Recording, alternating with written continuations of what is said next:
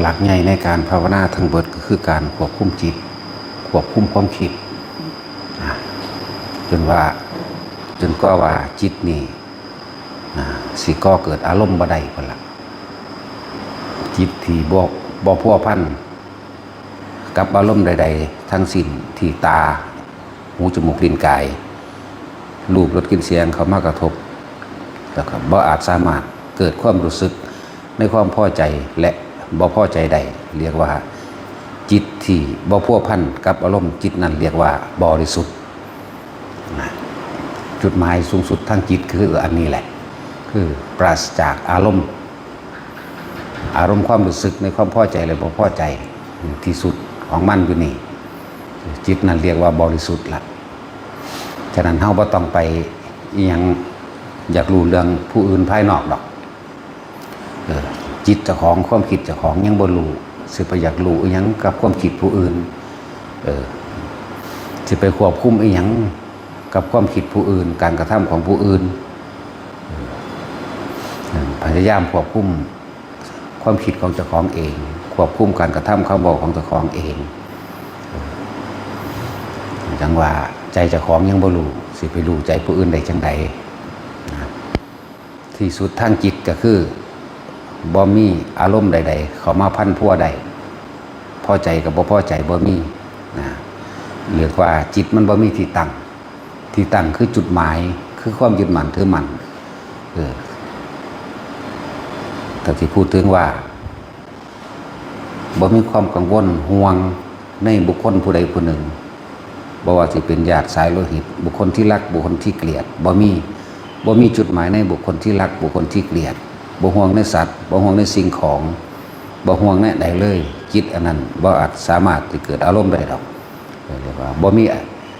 มีความพันพัวต่อไปอีก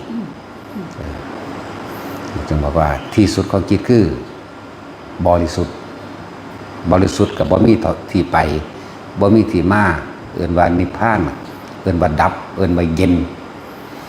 ดับเย็นคือบ่มีอารมณ์ความรู้สึกใดๆเข้าไปปะปนมันได้เด้ดับเย็นจากสิ่งที่เห็นอยู่นี่ตาเฮาเห็นแดดเห็นต้นไม้เห็นสีเขียวสีเหลืองสีแดงสีขาวเห็นคนผู้นั้นเห็นคนผู้นี้เห็นสัตว์เห็นสิ่งของเห็นวัตถุแต่ว่าความคิดนึกของเฮาบ่เข้าไปปรุงแต่งเมื่อบ่เข้าไปคิดนึกปรุงแต่งในความอยากให้เป็นให้ได้ดังใจอารมณ์เกิดว่าได้เมื่ออารมณ์เกิดว่าได้เอิ้นว่าดับเย็นดับความคิดปรุงแต่งนี่เด้จากสิ่งที่มีอยู่ที่เห็นอยู่นี่เด้จิตกับผู้รู้กับจิตกันเดียวกันน่ะแต่ว่าในผู้รู้อันนั้นน่ะ เฮาสิอยากให้มันเป็นไปได้ดังใจเฮาบ่เมื่อก็เกิดอารมณ์บ่ได้จิตก็อยู่ส่วนจิตเลยว่างปราศจากความยึดถือเบิดภพเบิดชาติเลยล่ะที่สิเกิดภพเกิดชาติได้ต่อไป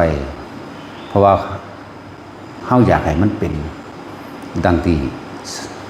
ความจำได้ดังที่สัญญาดังที่อารมณ์เฮาอยากให้มันเป็นแต่มันยังมีอารมณ์อยู่มันก็เกิดนั่นแหละว่าวิธีฝึกหัดปฏิบัตินี่มันก็เป็นของง่ายแล้วบ่ต้องไปคำนวณว่านี่คือชาตินั้นชาตินี้ดอกให้ทุกคนมุ่งมั่นอยู่ในลมหายใจนั่นแหละมุ่งมั่นอยู่ในหันเกิดยังขึ้นกับช่างกลับมาลู่ลมหายใจเข้าลมหายใจออกเล่นอยู่เฉพาะกับลมนั่นแหละ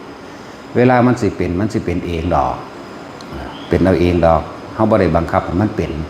แต่สิ่งที่เฮาบังคับได้ก็คือสติก็คือมาหาลมหายใจนี่เองนึกถึงลมเข้าลมออกเกิดยังขึ้นกลับมาลมเกิดยังขึ้นกลับมาลมอันนี้บังคับได้บังคับจนอยู่บังคับจนชินแล้วก็เกิดกำลังของมันเองดอกเราต้องไปหลงไหลในคำศัพท์มันดอก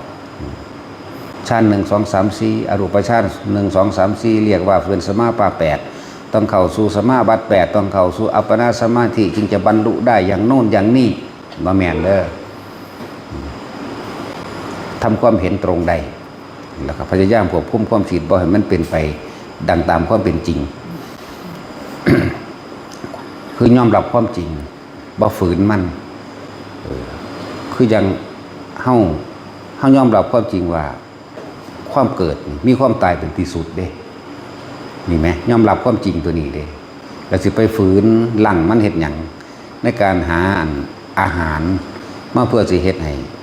มันแข็งแรงอยู่ตลอดหรือว่ามันบ่เฒ่าบ่ป่วยได้ไหมนั่นแหละคือคนที่บ่ยอมรับมันสิหาวิธีอันนี้เป็นยาอายุวัฒนะเด้อันนี้เฮ็ดให้ผิวพรรณเต่งตึงเด้อันนี้เฮ็ดให้แบบนั้นอันนี้เฮ็ดให้แบบนี้เด้นั่นคนบ่ได้ยอมรับมันเด้นั่นน่ะส่วนคนยอมรับมันใส่มันไปโดยธรรมชาติ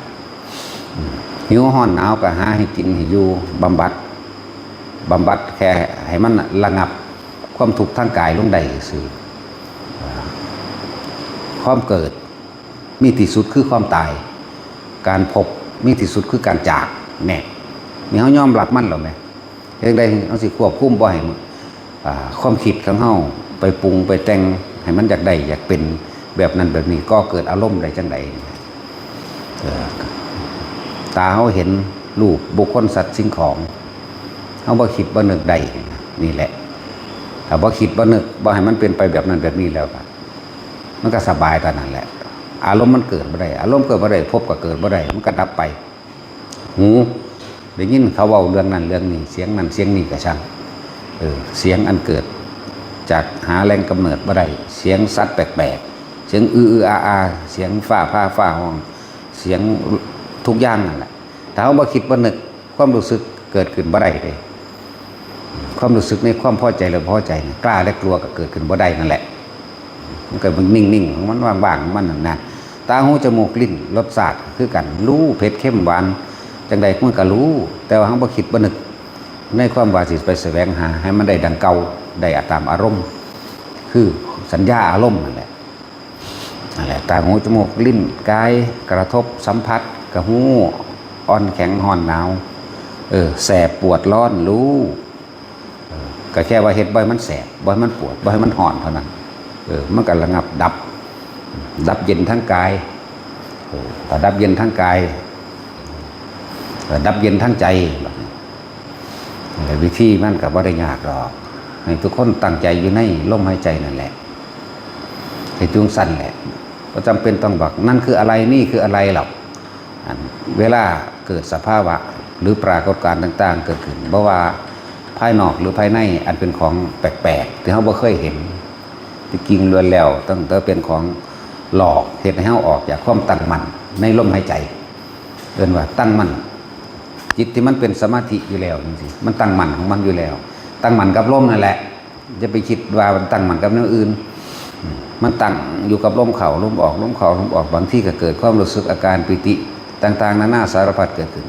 ก็บ่ต้องไปสนใจว่าเกิดขึ้นจากหยังร้ายหรือดีหยังดอกรู้อยู่กับมัน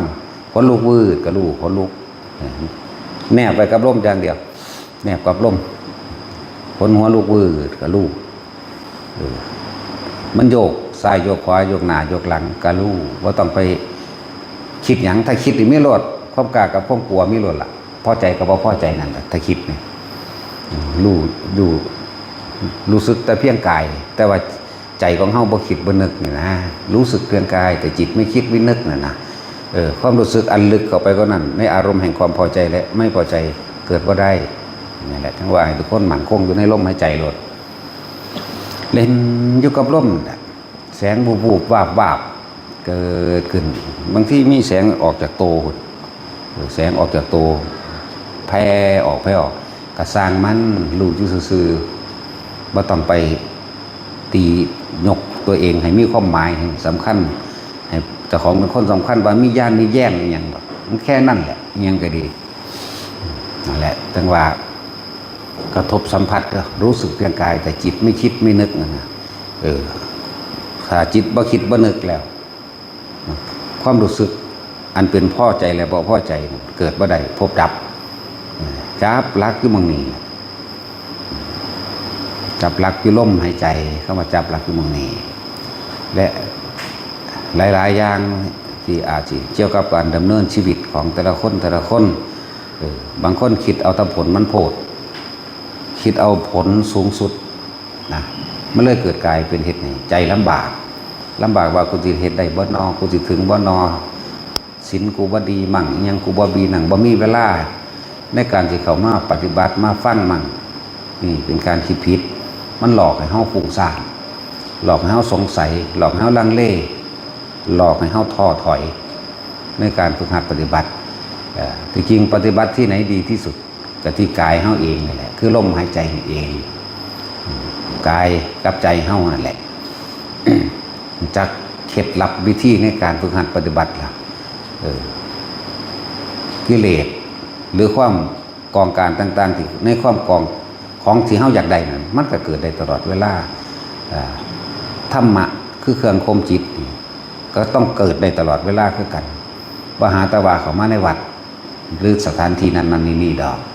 แต่คนจับจุดมันได้แล้วนั่นนะลมหายใจกับความคิดเฮาเองเอาความคิดไว้ในลมโลดอยู่สั่นแหละแล้วก็เฮ็ดได้ตลอดการทุกเมื่อยืนเดินนอนนั่งตลอดการทำงานไปเบิดนั่นแหละและอานิสงส์หรือผลพลอยได้ของอานาปานสติหรือการทรงฌานเจริญฌานด้วยลมหายใจเข้าออกการทรงฌานการเจริญฌานหรือการเพ่งอยู่ในฌานโดยอาศัยอานาปานสติหรือลมหายใจนี่มี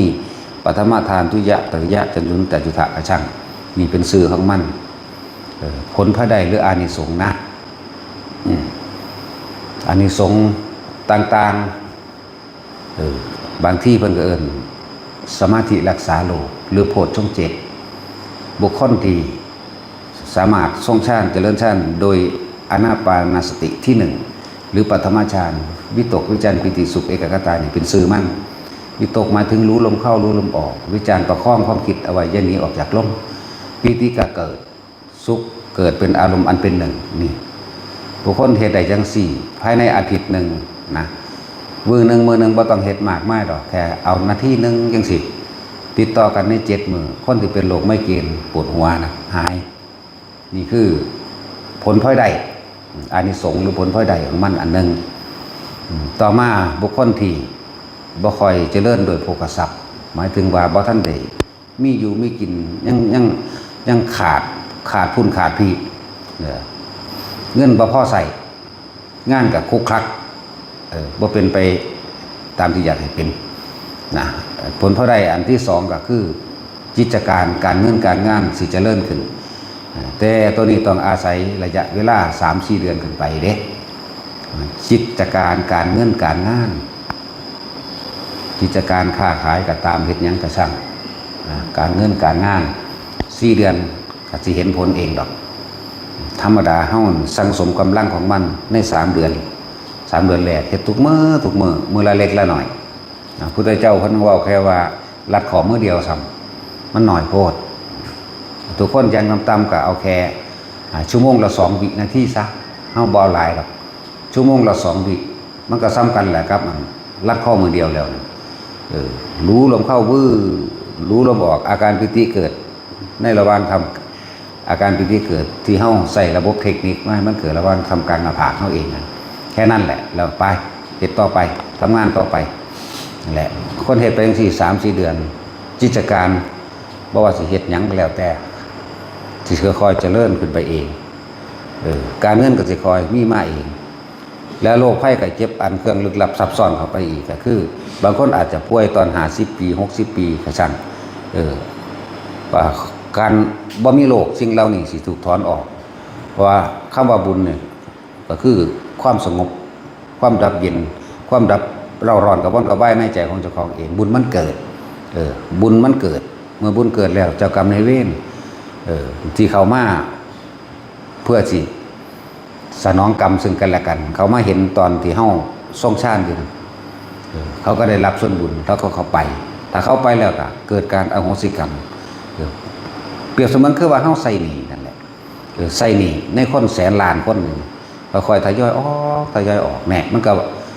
คนที่เขามาขวางการเงินเข่างานดีมันก็ค่อยๆลดหย่อนผ่อนออกแล้วก็เริ่มแล้วคนที่ได้รับ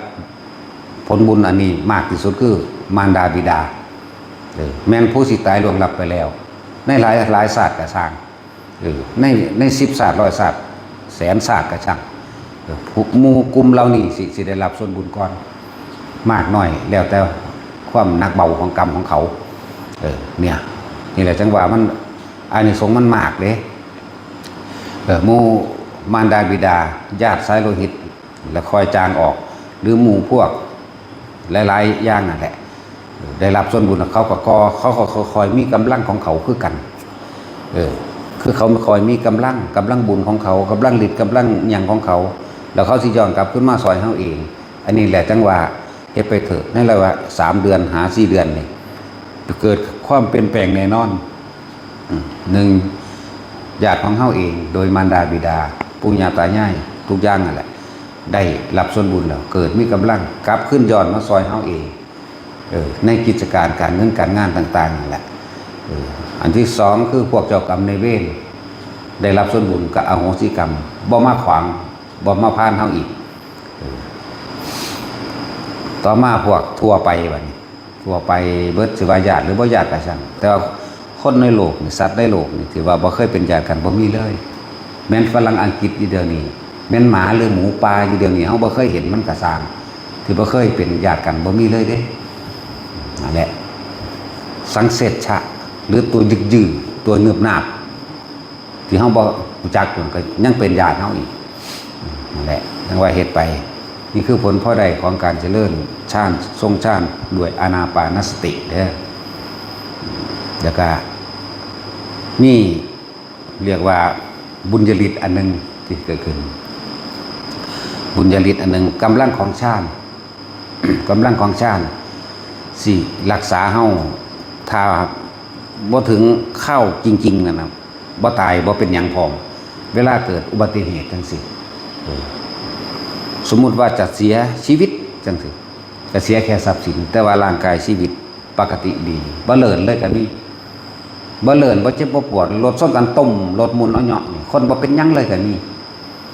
จังซั่นนี่แหละเฮ็ดไปเถอะ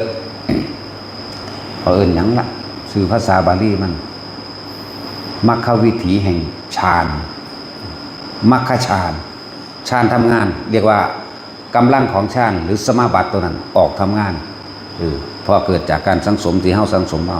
มรรคก็คือหนทางคือทางที่เฮาสังสมไปแล้ววิถีแห่งการทำงานของสมาบัตินั่นเองนั่นแหละเป็นว่ามรรคฌานหรือวิถีแห่งฌานนั่นเองจะรักษาเฮาเองดอกอันนี้มีผลพลอยได้มันมีมากเด้นั่นแหละหลายๆอย่างที่เฮาอาจจะบ่เข้าใจกับมันพอเฮาคิดจะเอาเวลาเฮาปฏิบัติหยังเขาเฮาอยากได้เดี๋ยวนี้เขาหมดเอาความโลภก็ไปตัดไปขวางไปลั่งไปลากบ่ให้เกิดความสงบนะบ่ให้มันเลยเกิดกลายเป็นใจห่อนร้อนกังวลสงสัยเพ่งเร่งมุดมิดอึดอัดแล้วบอกว่าแต่ละคนฝึกเวลาเทคนิคของความสิถ้าไม่เกิดความสงบคือบ่ต้องอยากสงบ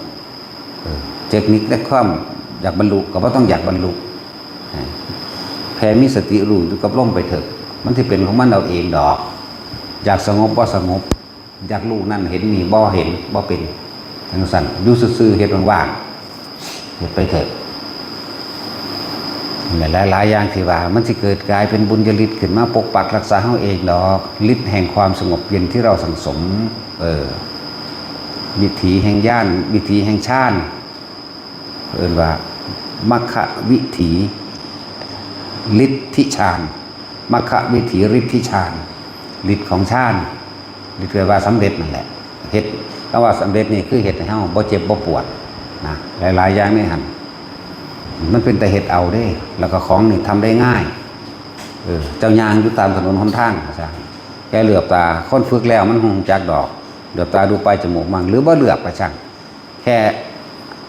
เดินไปตามถนนหนทางบ่คิดหยังเบิ่งทางไปนั่นแหละสติอยู่กับปัจจุบันในขณะที่ทำอะไรอยู่ก็ช่างมันบ่คิดบ่นึกอาการปิติก็เกิดขึ้นเองเนี่ยมันก็เป็นฌาน2ไปเลยเด็กอาการปิติเกิดแล้วจะนั่งสั้นแหละแล้วเฮ็ดไปเถอะหลายอย่างที่มันมีผลพอใดและก็การเจริญอานาปานสติอันนี้นะตามที่พุทธเจ้าเพิ่นเว้าไว้นะเพิ่นเว้าตะย่นย่อหัวใจไว้อานิสงส์ตั้ง7อย่างอีกคนที่ทำให้บ่อยทำมากถ้ามีชิ้นอยู่ในลมหายใจของเขาเองได้อรหันตผลในขณะมีชีวิตอยู่เรียกว่าทิฏฐธรรมเวทนิยธรรม ถ้าบ่ได้ในขณะที่มีชีวิตอยู่ได้พอดีกันกับสิ้นใจตายใจสิขาดจวนเจียนใจจะขาดเพราะถ้าใจขาดปุ๊บได้พร้อมกันหมายถึงอรหันต์คนเด้นี่ถ้าเขาไม่ถึงอรหันตผลในขณะที่สิ้นชีพตัวนั้นเพิ่งได้อนาคามีคุณอนาคามีห่างก็เป็น6ก็เป็น7แล้วและที่ต่ำกว่านั้นที่เพิ่นบ่รองรับลงมาเพิ่นก็มีอยู่บุคคลผู้ทรงฌานเจริญฌานแม้เขาจะเสียชีวิตด้วยความหลงลืมสติเข้าใจบ่อาจจะโอ้ยน้ำความเจ็บปวดนะเวลาเจ็บปวดห้องไปน้ำความเจ็บปวดทั้งที่เจ้าของก็เคยเห็นมาอยู่เรื่อยจังซี่นะขนาดนั้นเขาก็ยังเป็นผู้ได้เข้าสู่พรหมโลกเลยเป็นอย่างคือว่าได้เข้าสู่เกิดจากการอุทิศส่วนผลบุญผลท่านผลกุศลของเขาเองนั่นแหละในขณะใจสิขาดคนที่โอ้ยคนที่หลงลืมสติตัวนั้นสิมีเทพเทวดาเขามากระซิบบอกเพราะตั้งใจขาดความก็นึกถึงองค์ชาติเด้อปุ๊บออกไปเลยกับเขาสู่พรหมเลยนั่นแหละมันมีตัวรองรับหลายอันหลายอย่างที่เป็นได้เหตุเด้การเจริญปัญญามันก็มีก็ฟังไปเรื่อยๆทั้งหูจักหรอกสมถะวิปัสสนามันตีคู่อยู่แล้วที่พวกเขาคือทรงฌานมันตีคู่กันอยู่แล้วมันมีในนี่แหละมีในกันนั่นแหละพวกว่าบ่สามารถสำเร็จหรือบรรลุได้พวกมันมีแต่คนได้เบาคนเพราะว่าจะไปฝึกแล้วมันบ่สำเร็จได้สั่นคนได้เบาถ้าผู้สำเร็จแล้วมันบ่อยู่จังสั่นพวกเบาอยากบ่พวกหัวดำๆยังใส่เสื้อผ้าลายยังขับรถกินอาหารดูหลายยังสังคมสันนี่อยู่นั่นนะฟังดีๆเด้แต่พวกจังสันบรรลุนะมันบ่อยู่จังสันมันบวชเริ่มตาหน้าข้ามีมันบวชอยู่บ่ได้ความเป็นจริงนั่นแหละอยู่บ่ได้หรอกบอกว่าฆราวาสแสดงธรรมกันสมควรแก่เจ้าของเด้ว่าเรื่องอรหันต์นั่นน่ะมันบ่ได้สมควรแก่เจ้าของเด้ถ้าสู้อรหันต์อีหลีสู้ก็บวชแล้วล่ะบ่บวชก็ตายอยู่2อย่างเท่านั้นเป็นกฎธรรมชาติตายตัวเลยนั่นแหละ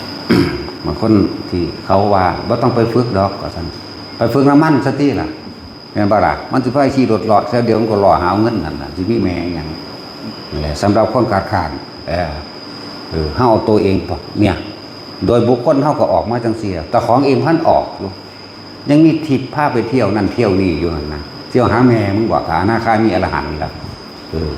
เขาบอกว่าได้ญาติเลยแต่มันได้เป็นจริงๆนะมันบวชบ่บวชก็ตายจากว่าฆราวาสบรรลุธรรมอรหันต์ได้แต่ว่าตายมื้อนั้นบรรลุมื้อนั้นตายมื้อนั้นฐานะข้ามีแหละมีอุปนิสัยในการที่สิออกสงเคราะห์โลกนะมันมีวิถีของมันเองธรรมะจัดสรรเองธรรมชาติจัดสรรให้ดิ้นรนหามังบวชดิโอ้ยหลายพวกผู้เขาเจ้าเป็นมากเขาจะบ่ปากสำแหน่บ่เว้ากระทบกระทั่งไปซ้ำนั่นแหละว่าเป็นแต่เฮ็ดเอาเด้อเวลาไปเฮ็ดไร่เฮ็ดนาเฮ็ดสวนนั่นน่ะเมื่อยก็มานั่งเบิ่งลมหายใจในห่มไม้นั่นแหละมานั่งรู้ลมเข้ารู้ลมออกนั่นแหละแม้กระทั่งคนเห็นงานก็ทรงฌานไปแล้วที่โอ้ยมันหอดบ่เมื่อยพุ่นมันสิเพลินไปเลยรู้จักบ่เพลินในบุญในกุศลเลยใจมันบ่ทำจากว่าใจมันมีเครื่องอยู่แล้วใจอยู่ในลมแต่กายทำงานใจอยู่ในห่มเรียกว่าวิหารธรรมอันนี้อยู่มันบ่ได้คิดนึกคือคนโลกเด้สังเกตเบิ่งเจ้าของเองโลดเด้อไผก็ดีตอนเฮาปลูกผักนั่นฟ้าวปลูกอันนี้แล้วสิเฮ็ดอันนี้สิเฮ็ดอันนี้เฮ็ดอันนี้นั่นใจมันคิดไปปรุงแต่งไปเบิดล่ะสิเฮ็ดอันนี้แล้วไปส่งคนนั้นไปหาผู้นี้ปุ๊บไปล่ะแต่คนทรงฌานทำงานใจมันสิหยุดนิ่งอยู่ในอารมณ์อันเป็นหนึ่งกายมันกระทำของมันไปบ่ฟ้าวเฮ็ดไปเรื่อยๆบ่เมื่อยพร้อมนั่นแหละอานิสงส์แห่งการทรงฌานมีเยอะมากมายก็อยู่ในหลักอานาปานสติคือเก่านั่นแหละสติปัฏฐาน4คือเก่าโพชฌงค์7คือเก่านั่นแหละผู้ใดอยากได้ก็เฮ็ดเอาบ่แม่นคิดเอาเฮ็ดไปเรื่อยๆตัวเองนั่นแหละสิได้รู้ในตัวเองเป็นจังซั่นเป็นตาเฮ็ดว่าล่ะง่ายๆนึงเด้ยืนเดินนอนนั่งทำการทำงานอยู่บ้านอยู่เฮือนพุ่นนั่งทาได้ก็ได้ย่างไปแบบได้ก็ได้เอาสำคัญที่รู้เท่าทันความคิดเจ้าของคือเด้เอาความคิดมาไว้ในกาย รู้เท่าทั้งจิตความคิดไว้ในกายไว้ในลมหายใจไว้ในอาการปิตินึมนับอยู่ในกายเจ้าของนี่เฝ้าสังเกตจิตในจิตโล่งโปร่งเบาอยู่ในนี่แหละมันต้องสิเห็นดอกคำว่าธรรมนั่นแหละนั่นแหละจังว่ามันเป็นของเหตุง่ายๆแล้วก็คนที่บ่ได้รับความเจริญทางโภคทรัพย์ค่อยๆเฮ็ดไปเถอะเดี๋ยวหนี้สินมันจะค่อย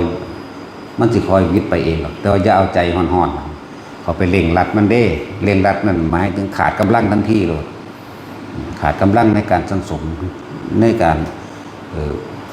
เรียกว่ายังละจะเฮ็ดหยุดย่อนนั่นนะเฮ็ดเป็นปกติไปซะเส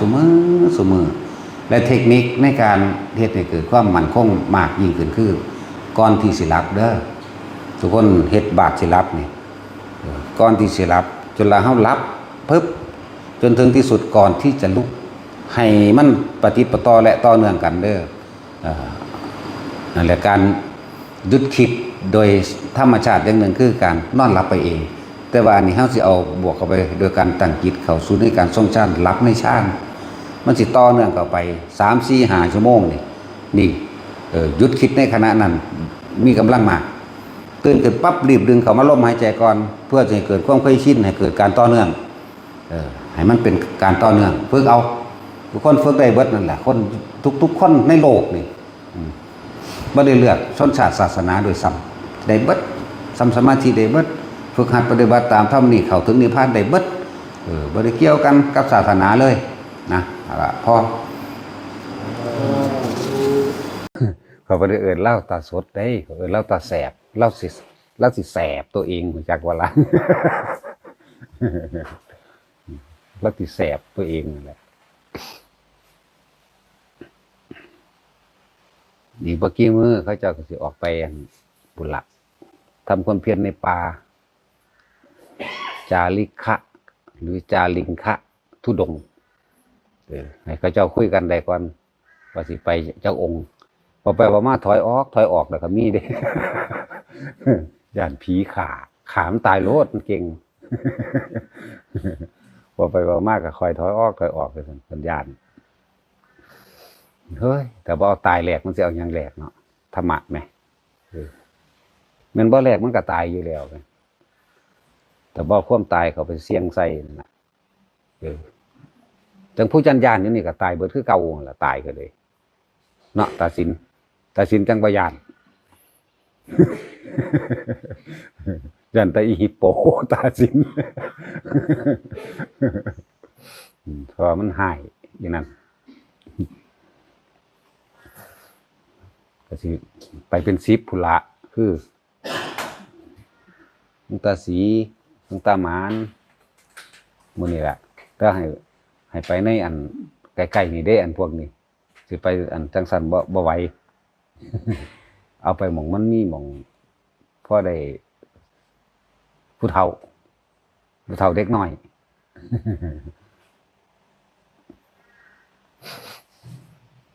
เราก็เฮ็ดถนนเฮาต่อสำหรับอันคนที่บริจาคมาทั้งเบิดเฮาก็ได้อยู่2,500,000เด้อแต่เวลาคืออันยังไอ้ปิกบ่พรน้ำพาหุ่งเมืองเพิ่นบ่ให้เว้าดอกก็สร้างเพิ่นแล้วเฮาสิเว้าเนาะ1,500,000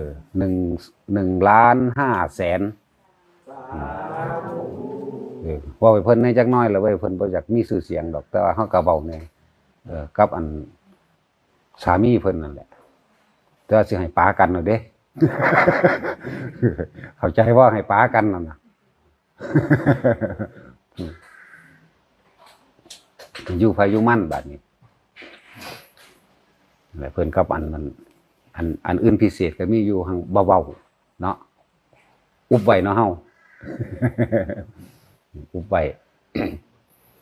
อย่างพรณภาหุ่งเมือง1,500,000พุ่นล่ะแล้วเฮาก็เฮ็ดถนนแล้วอีกดอกบาทนี่ อีกอย่างหนึ่งเฮาไล่ผัวเพิ่นหนีไปหาเงินจักว่าล่ะเฮาเอาเมียเพิ่นไว้เป็นตัวประกัน ถ้างานชั้นไม่เสร็จเนาะเฮาบ่ให้เพิ่นเมื่อเด้จักว่าล่ะเอาไว้แต่ประกันเอาเงินกี่ข้อไว้ ให้ผัวไปหาให้เมียอยู่ เอาไว้เป็นตัวประกันจังซั่นล่ะเว้ยเนาะ มหาโจรเด่น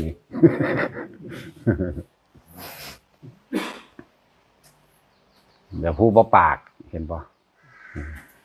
เขาบ่ได้คิดเสียดายเด้นั่นนะเขาซื้ออยู่เด้บ่คือเฮาเด้20 บาทท่วงอยู่ว่าสั่นวัดพ่อวัดแม่กูเนาะเขาบ่ให้ปากแต่ว่ากระสานกับปากเฮาเว้ยเนาะ เที่ยวก้อนๆกับพุ่นละไปทางเดียวกันพุ่นละหมายถึงเขาจะเฮ็ดมาบริจาคมากับพวกเฮานะกับพวกเฮากับแมนแต่ว่ากับพุทธศาสนาหนทางแห่งความบริสุทธิ์ของเพิ่นเองนะตลอดอยู่แล้วล่ะเพิ่นบ่ค่อยปากแต่ก็ประกาศให้หมู่รู้จักนำเลยว่า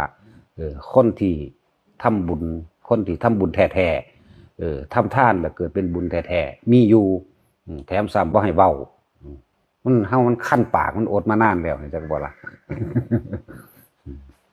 อดมานานแล้วก็เลยเว้ายกเป็นตัวอย่างเนี่ยนี่แหละทำทานดับทุกข์ของแท้บ่ได้หวังผลในทานบ่มีจิตผูกพันในทานบ่อยากให้ผู้ใดรู้อีกบ่อ้างไผอีกกระซิบอีกเด้นะอย่าพูดนะว่าเด้กระสร้างแล้วสูว่ากูพูดกูเว้ากูไม่พูด จังสั่นเลยเงี้ยแล้วว่ายายจอยนั่นแหละจังสั่นแหละนั่นแหละพูดนั่นแหละเมียเล่าขี้ร้ายดอก ผัวเล่าคันรออยู่แต่ว่าเขาสิเอากักเมียเราไว้เป็นตัวประกันเขาสิไล่ผัวเราไปหาเงินบัดนี้ ถ้าไม่ได้ตามนี้ฉันจะไม่ให้ตัวประกัน สั่น เบิ่งเป็นตัวอย่างเบิดเมืองอำนาจนี่แหละอย่าท่วงดีหลาย20 บาท20 บาทวัดพ่อวัดแม่โกเนี่ยนั่นความนี่โอ้ยก็พ่อแม่สูละเฝ้าวัดอยู่หันจักบ่ล่ะบ่ได้ไปไสนี่ที่เขาเฮ็ดมาตลอดแต่ว่าเขาบ่ให้ปากแต่ว่าเฮาเว้าอย่าพูดนะแต่ว่าเฮาเว้าเฮาไม่พูด ให้เบิ่งเป็นตัวอย่างแน่มันเท่าใดล้านแล้วเด้ใน2 คนอันนี้คือมันก็สมกับนามสกุลเพิ่นนั่นแหละหุ่งเมืองแปลว่ารุ่งเรืองทั้งบ้านทั้งเมืองนั่นแหละ รุ่งเรืองหรือแสงสว่างนั่นแหละหุ่งแปลว่าสว่างภาษาเฮาตะกี้เนาะหุ่งเฮืองจักก็ล่ะจังซั่นแหละเว้ยเปิดทางสว่างให้จิตใจของคนพวกเมืองอุบลอำนาจนะหลวงตาว่าตีปากให้ในเด้อน่ะบ่ตีแล้วเหยียบแมงโลดทั้งวายซั่น เหยียบเลยเด้บ่ตีจักว่าล่ะไปฟังเบิ่งไปหยังที่หลวงตาถ้าไปเมืองอุบลฝากตีปากชาวอุบลตะกี้มันชื่อว่าอุบลเนาะมันเป็นอำเภอซื่อๆเด้อันนี้บ่เหยียบแล้วอีพอว่ะโอ้บ่ตีเหยียบเฮ็ดให้มันหูซะมั่งน่ะว่าคนที่จิตใจของคนที่มันต่างกัน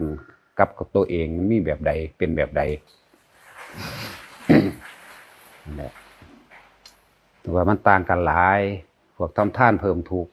ทำบุญก็แลกของอ้างแล้วก็เป็นเจ้าของพร้อมเป็นเจ้าของวัดพร้อมเป็นเจ้าของขอวัดปฏิบัติให้พระพร้อมเด้เป็นพระพุทธเจ้าใหญ่ไปเลยเด้จักว่าล่ะต้องเฮ็ดแบบนั้นต้องเฮ็ดแบบนี้ต้องเฮ็ดน้ำมันเฮ็ดหาพ่อหาแม่มึงว่าแต่พ่อแม่สู้ก็อยู่ในหันอยู่เฮาบ่ได้บ่พื้นไผเด้เฮาก็เว้ารับหลังอีกเขาเอาออกอากาศเลย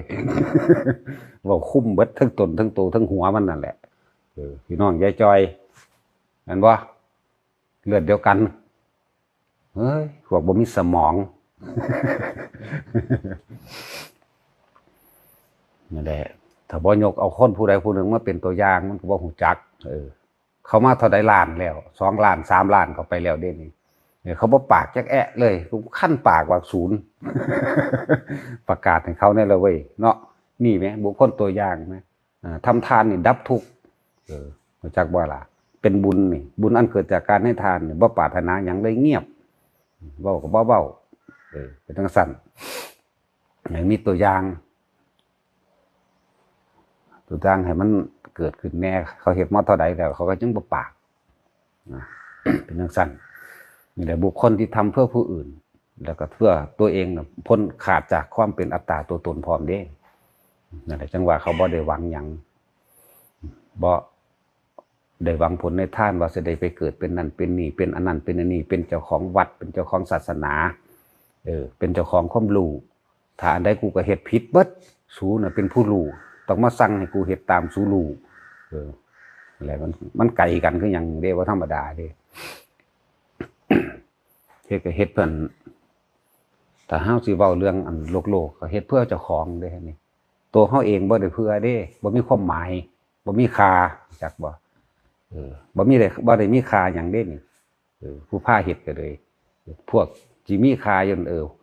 พอได้ให้เป็นแนวทางให้พวกเจ้า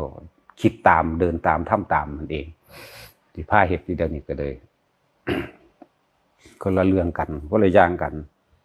พวกนั้นเฮ็ดแบบบ่อยากได้หั่งได้มันต่างกันเด้เฮ็ดแบบบ่อยากได้เฮ็ดบ่เอาหั่งได้จนว่ามันยากน้ำนับเงินหลายมันจนว่าสิบ่มีเวลาภาวนาพุ่นล่ะบ่ภาวนาหาเงินเอาเท่านี้ก็ได้นะเอาแค่ 20,000 กว่าเอาแค่300,000 กว่าก็ได้นะกำไรเขาอย่าเอาเยอะว่าซั่นเห็นบ่ล่ะเขาบ่ได้เว้าเฮาฟังเด้แต่ว่าเฮาหังหูดีรู้จักบ่ล่ะพูดเพิ่นไปหาโทรกันอยู่เฮาหังมันจะหูดีจักบ่ล่ะมันมีกล้องวงจรปิดจากกล้องวงจรปิดไปยายจ้อยบัดนี้อยู่ในหูดังกล้องวงจรปิดก็เลยหูก็อยู่ในหูดังตาก็อยู่ในหูดังนั่นแหละฟังออกก็ออกบ่ก็สร้างเด้เนาะให้เบิ่งเป็นตัวอย่างไผก็เลยถ้าได้มาก็สร้างบ่ให้เว้าบ่ให้ปากบ่ให้ออกบ่ออกแล้วเอาเข้าขังไว้ได้เฮานี่แหละจะพูดนะก็บ่พูดแต่ว่าเว้าขนาดนั้นเลยที่ไว้บัดนี้พวกอันเจ้าของวัดมันกูนายหลายวัดพ่อวัดแม่หลายวัดกูบัดนี้เข้าใจบ่ล่ะพ่อแม่กูบ่ได้สร้างกูสร้างเองเข้าใจบ่เรื่องสั่นตัวอยากเฮ็ดให้มันสะเทือนมั่งสิมีแต่ย้านหลายย้านคนเลวโลกนี้ย้านคนเลวเด้แต่บ่เคยย้านคนดีแต่บ่ได้รู้จักว่าผลการกับทำคนดีนี่มีผลหนักขนาดใดเป็นการลงนรกขนาดใดบ่รู้ถ้าคนเลวนี่คนเกรงใจว่าแต่ปากยังขึ้นเสือโลดย้านหาพ่อหาแม่ยังบ่อีหลีเด้ถ้าอันคนบ่ดีเว้าขึ้นย้านเกรงใจจังซั่นอีหลีคือเขาสิฆ่ากันจังซั่นแหละแต่มันฆ่าแล้วตำรวจก็หุ่มปกป้องไว้เด้โอ้ยฆ่าแมงโลดไปยังเกินนี่บางคนทำลายผู้อื่นแม่เนาะเป็นสัตว์ได้เฮาก็เลยปกป้องไว้ตำรวจหุ่มเป็นร้อยป้องกันคนเลวนั่นแหละมันฆ่าพ่อฆ่าแม่มันแท้ๆก็ยังหุ่มไว้เด้ก็ปล่อยให้ชาวบ้านชาวเมืองเขาจัดการกันเองบ่เป็นบ่เขาพ้นวิสัยที่จะกระทำได้ก็แล้วตัวเนาะงูลายก็เลยเอาคนเร็วๆมามันขาดบ้านข้างเมืองซั่นหยังสำคัญกับยุ่งดอกว่าแต่วิญญาณนั่นแหละเปิดเผยสมั่งอีหยังก็เลยญาณทักหลายเถาะพุทธเจ้าเฮาเสวยชาติเป็นโพธิสัตว์นำมาหลายว่าแห้งอยู่ล่ะสิว่าสิได้มาจังซี่ยิ่งแล้วว่ายายจ้อยบัดนี้ไปพ่อบัดนี้กินข้าวแซ่บแล้ว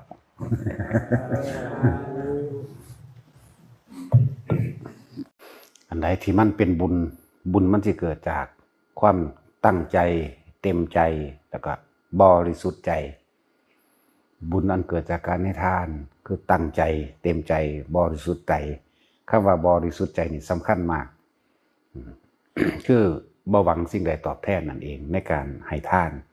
จึงเรียกว่าบุญอันเกิดจากการให้ทานโดยความบริสุทธิ์ใจคือเฮาบ่ไปแลกของและก็การอุทิศบุญจากการให้ทานนี่ก็บ่มีแนวลังไว้เพราะว่าตัณหาอุปทานบ่ลังไว้ความอยากของเฮาเองบ่ลังบ่เกี่ยวบ่บังบ่ปิดบังนั่นแหละจึงบอกว่าคนทานนั่นทานนี่แล้วผมทำบุญให้ผู้นั้นผู้นี้ถึงบ่เฮาก็ถามคืนตอนท่านน่ะขอหยังอยู่บ่ขอหยังขอให้ตาอันอายุยืนกับบ่มีโรคบ่มีภัยนั่นแหละขอนั่นแหละมันบ่ได้เข้าใจคำว่าบริสุทธิ์ใจเด้นั่นละเอิ้นว่าขอให้เจ้าของอันนี้เอาของนี้มาแลกเพื่อว่าให้เจ้าของบ่มีโรคเพื่ออะไรให้เจ้าของอายุยืนพร้อมนั่นละเอิ้นว่าขอคือเขาเรียกว่าบ่บริสุทธิ์ ผลแห่งการท่านไปบ่ไปเพราะว่าเฮาแหลกแล้วจังว่าทุกคนเฮ็ดหยังก็สร้างให้ทำด้วยความบริสุทธิ์ใจเพราะว่าคำว่าบุญคือความสงบคือความเย็นคือความดับความอยาก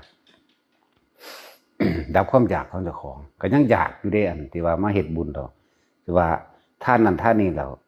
ว่าสิอุทิศบุญให้ผู้นั้นผู้นี้แต่มันเลยกลายเป็นว่าบ่ได้แม่นบุญบ่เป็นบุญเด้นี่ว่างจิตไหมว่างความคิดไหมว่างความเห็นไหมบ่ต้องไปขอ บัดนี้เฮาหลังจากท่านแล้วบัดนี้ศีลก็คือกันบ่แม่นเอาเรื่องเกี่ยวกับการทำวัดสวดมนต์ทำวัดเนี่ยคือว่าบ่ให้เฮ็ดเล่นเด้บ่ได้เฮ็ดไปตามประเพณีฟังแล้วตั้งความเห็นใหม่เด้อไผก็ดีบ่แม่นว่าเป็นประเพณีหรือว่าเป็นเวลา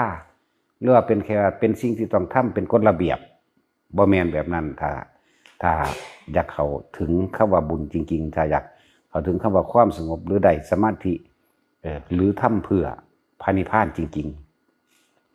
ๆแล้วก็บ่แม่นว่าสวดบทนี้กันนั่นกันนี่สวดบทนี้เพื่อนั่นเพื่อนี่เนี่ยใส่ความเห็นใหม่ดีๆเด้อพิจารณาใหม่ดีๆไปก็เลยบ่ได้สวดเพื่อว่าสิป้องกันงูป้องกันผีพูดผีปีศาจเจ้ากรรมนายเวรบ่เฮาสวดเนี่ยเพื่อรักษาคำสอนพุทธเจ้าเฮาสวดเพื่อรักษาคำสอนพระเจ้ารับใส่ธรรมทรงต่อธรรมแต่ก็เพื่อหยังอีกบัดนี้คือความสงบของเจ้าของเองอันนี้เป็นแค่คำเบาได้คำว่าเพื่อในขณะใดที่เฮาตั้งใจเต็มใจและบริสุทธิ์ใจนั่นแหละความสงบก็เกิดขึ้นในขณะนั้นแม้นสิสวดได้หรือบ่ได้ก็จะกังวลไม่ว่าได้หรือบ่ได้ลิเลียไปแต่ว่าเฮาตั้งใจเฮ็ดจักว่าล่ะก็ฝึกหัดแต่ว่าความเต็มใจตั้งใจความบริสุทธิ์ใจในการกระทำนี่ก็เกิดความสงบแล้วเรื่องว่าคำว่าที่เฮาว่าสวดมนต์สาธยายธรรมคำสอนพระพุทธเจ้าผู้ใดมีความบริสุทธิ์ใจเต็มใจในการทำมากเพียงใดก็ตามบริสุทธิ์เพียงใดบุญตัวนี้สิแผ่ไปหาบุคคลที่มีความสัมพันธ์มากที่สุดคือมารดาบิดาก่อนเป็นดับแรกบ่หาต่างๆอุทิศแต่ว่ามันไปของมันเองเข้าใจบ่ล่ะมันไปบุญอันเกิดจากการสาธยายธรรมคำสอนพุทธเจ้าด้วยการรักษาอักขระและภาษารับใส่ธรรมทรงต่อธรรมพร้อมตัวนี้สิเป็นตัวปัญญาเลยเป็นความสว่างลงไปเลยนะเรียกว่าเป็นความสว่างลงไปหาญาติเฮาพุทธแหลกเลยคือมารดาบิดาผู้มีการกระทำกรรมร่วมกันอันใหญ่หลวงเรียกว่ามารดาบิดาเฮามีกรรมเป็นเผ่าพันธุ์นั่นแหละต่อมาจึงเป็น ปู่ย่าตายายแต่จังขยายออกเป็นพี่น้องเป็นญาติสนิทมิตรสหายเป็นเจ้ากรรมนายเวรเป็นหยังก็ว่าไปแต่ผู้ใดผู้แรกอย่าลืมว่าคือพ่อแม่ผู้สองคือปู่ย่าตายายญาติฝ่ายมารดาญาติฝ่ายบิดาบัดเนี่ยนั่นแหละบหาตอุทิศแต่ว่ามันไปของมันเองจึงบอกว่าเฮ็ดหยังไงขอให้เฮ็ดด้วยความบริสุทธิ์ใจให้ทำด้วยความบริสุทธิ์ใจมันไปนะนี่คืออำนาจของการสวดมนต์แล้วก็วัดใดก็สร้างบัดสถานที่ใดเลื่อนใดบ้านหลังใดก็ตามที่มีการสวดมนต์อยู่ตลอดเป็นประจำก็ได้ตลอดสถานที่นั้นเป็นมงคลเป็นทิพย์สวดด้วยความตั้งใจเต็มใจเด้และบริสุทธิ์ใจเด้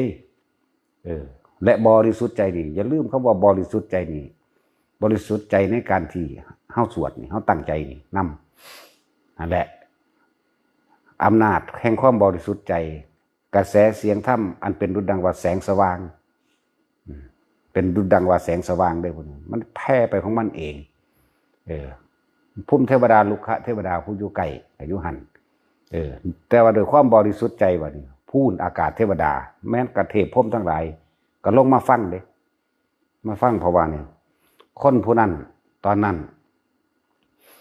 เต็มใจและบริสุทธิ์ใจในการสวดนั่นบ่ในการสาธยายคำสอนพระพุทธเจ้าได้นั่นเขามาฟังเอาเนื้อหาแห่งธรรมคำสอนพระพุทธเจ้าได้นั่นมันจังว่าลงมาบัดนี้เป็นหยังแต่ละ วัดคือมีคนเข้าคนบ่เข้าต่างกันบอกเลยบ่ได้หวงนี่ความรู้อันนี้วัดใดที่มีการสวดมนต์เป็นประจำเข้าใจว่าล่ะแล้วก็ทำด้วยความบริสุทธิ์วัดนั้นมีคนเข้าหลายๆคนที่นิยมชมชอบเพราะว่าหยังเทพเทวดาอินพรหมทั้งหลายลุกขเทวดาภูมิเทวดาทั้งหลายเขาได้ส่วนบุญแต่เขาก็ต้องการบุญเพิ่มขึ้นมาอีกเขาก็เลยไปทรงกระแสจิตทรงกระแสหรือเขาฝันหรือยังก็แล้วแต่สะกิดให้คนมาทำบุญวัดนี้นั่นแหละมันจังมีคนเขาหลายเข้าใจว่าล่ะวันนี้เนี่ยสวดมนต์ก็เป็นแบบนั้นแล้ว คำว่าสวดมนต์หรือสาธยายธรรมคำสอนพระพุทธเจ้าเป็นกระแสแห่งความบริสุทธิ์เป็นคำสอนอันบริสุทธิ์ใจคนผู้เฮ็ดกับบริสุทธิ์คำสอนพระพุทธเจ้านั้นบริสุทธิ์อยู่แล้วนั่นแหละคนจังมาเป็นยังคือมากับเพราะว่าญาติมีมารดาบิดาเป็นต้นเด้เขาได้บุญเขาก็จะเพิ่มขึ้นอีกคือกันบุญอันเกิดจากแสงสว่างอันนี้เขาก็ได้แล้วแสงสว่างคือธรรมนี่แหละธรรมะเป็นดุจดังว่าแสงสว่างทั้งใจอยู่แล้วเปิดเผยความมืดมิดออกได้รับความสว่างกระจ่างแจ้งให้เห็นทางเดินนั่นแหละบัดนี้มารดาบิดาเฮาบ่ได้มีแค่นี้มันมีเท่าไหร่มันจื้อบ่ได้ล่ะมันหลายคักปานนั้นแม่นบ่ล่ะฝ่ายบัดนี้ปู่ย่าตายายฝ่ายมารดาฝ่ายบิดาอีกได้รับนี่แหละจังบอกว่าอย่ามั่วตั้งแต่อิจฉาริษยาหลายเห็นเขาวัดนั่นเขาวัดนี่ได้หลายแล้วก็ไปใส่พวกจิตใจโสมมโสโครกพวกต่ำๆจากบ่ล่ะอิจฉาว่าวัดนั้นเด่นไสยศาสตร์มนต์ดำมีคาถานั่นมีคาถานี่เข้าใจบ่ล่ะตัวเองนั่นน่ะบ่มีความบริสุทธิ์ใจในการสืบธรรมคำสอนพระพุทธเจ้าบ่ฮู้จักขอวัดบ่มีขอวัดได้แต่เฮายิ่งกว่าหมาอีกเทียบหมาบ่ได้แต่ว่าเลวลงนรกมันก็บ่เห็นบ่ล่ะนั่นแหละเอานำขอวัดปฏิบัติอันนี้ไปปฏิวัติใจของเจ้าของเข้าใจคำว่าปฏิวัติใจบ่ล้างของเก่าออกในความเลวระย่ำในตัวเองล้างออกแล้วก็ตั้งใจใหม่ในการติสาธยายธรรมคำสอนพระพุทธเจ้าให้พ่อให้แม่ผู้ตายไปแล้วหรือยั่งอยู่กระสร้างได้บุญน้ำแน่เฮ็ดเอาบ่แม่นไปใส่ไฟเขาเหยียบผู้อื่นขึ้นให้มันได้ดีมันเป็นไปบ่ได้มีแต่ตกต่ำความคิดเร็วๆเห็นบ่ความคิดบ่บริสุทธิ์เฮ็ดเอาตัวตั้งแต่เฮาอยู่ผู้เดียวเขายังเฮ็ดผู้เดียวเฮ็ดหนักกว่านี้ซ้ำ3 ชั่วโมง4 ชั่วโมงสวดเบิดทุกอย่างอีกเท่าที่จำได้เท่าที่มีมาตะกี้ยังล่ะยอดพระกันไตรปิฎกนี่ก็บ่ทันได้พาสวดอยู่นี่เพราะมันหลายแล้วบัดนี้ตะกี้สวดยอดพระกันไตรปิฎกสวดอันชินบัญชรอรหันต์8ทิศมื้อนี้สวดเบิดเด้สวดเบิดพระหงส์อันยันทุนมันก็สวดเบิดอันนี้เลยตัดเอาเฉพาะเนื้อหาแน่นๆจากบ่ล่ะแล้วก็นี่แล้วก็บ่แม่นสวดแบบบ่อดทนพร้อมต้องฝึกตนเองในการนั่งอีกต่างหากเด้สวดนั่งยองๆเด้จักบ่นั่งคุกเข่าพนมมือได้สวดทั้งสั้นแหละเอาจนจบ3 ชั่วโมง4 ชั่วโมงนั่นแหละท่าเดียวอีกบ่มีการพลิกอีกก็มันลืมท่ามันลืมร่างกายจักบ่ปัจจัยเฮามันจออยู่ในตัวหนังสือบทใดเฮาได้เฮาก็หลับตาว่าเลยบทใดเฮาบ่ได้เฮาก็มื่นตาเปิดเบิ่งเอาตัวยากหยังมันเต็มใจเฮ็ดไหมอยากว่ามันบริสุทธิ์ใจนั่นแหละนั่นแหละแสงสว่างหรือบุญอันเกิดจากธรรมทานมันที่1อยู่แล้วนะมันสิสว่างจ้าไปหามารดาบิดาก่อนแล้วต่อญาติของมารดาญาติฝ่ายมารดามีมาแล้วในอดีตจนถึงปัจจุบันนี่แหละwhenเขาได้บุญแล้วในเขาหูทาง40ไปแล้วแต่ว่าขาดอุปกรณ์คนเฮานี่คิดว่างโค้งแผนงานคิดออกแต่ว่าขาดทุนทรัพย์เข้าใจว่าแบบคนก็ดีเปรียบเทียบว่าคนบ่มีเงินค่ารถไปหั่นบ่มีหน้าเฮ็ดแต่หัวคิดดีออกแล้วเพราะว่าได้รับธรรมะ เออขาดมักจกขาดเสียมสมมติว่าคิดออกแล้วว่าสิปลูกผักนังสันนังสีหรือสิเดินทางไปหันคิดออกแล้วก็เลยขาดอุปกรณ์จากว่าละเขาก็ไปซื้อกระแสสกิปให้ญาตินี่ลูกเต่าเล่าหลานเขาเองต่อหนึ่งที่มีชีวิตอยู่นั่นแหละให้เดินทางมาใช่บ่ล่ะเดินทางมาทำบุญวัดนี้จากบ่ล่ะเพราะว่าเขาได้บุญน้ำวัดนี้ได้บุญน้ำบุคคลนี้นะเขาก็เดินทางมาคนก็เลยมาหลายเขาเป็นทั้งสี่นี่แหละ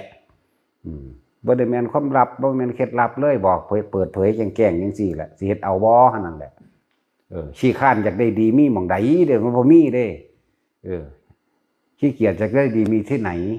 เนาะความอิจฉาจะไล่ใส่ตัวเองน่ะนะจักว่าล่ะเฮ็ดเอาตัวอะไรจังว่าคนคือนิยมเพิ่นเห็นเนาะบ่นิยมจังไดเขาได้บุญพ่อแม่สู้ตายแต่แท้ยังแลนมาหากูแม่นบ่ล่ะว่าตามจริงนี่เด้นี่สู้คือบ่เอาอยู่พุ่นโอ้ยพวกนั้นนักก็ผู้ผมอีกว่าซั่นสิได้นั่นสิได้นี่บุญบางอย่างก็เสือกรับบ่ได้อีกได้แต่แค่ว่าได้อยู่ใกล้ๆก็เอามันบ่ฮ้อนมันบ่หิว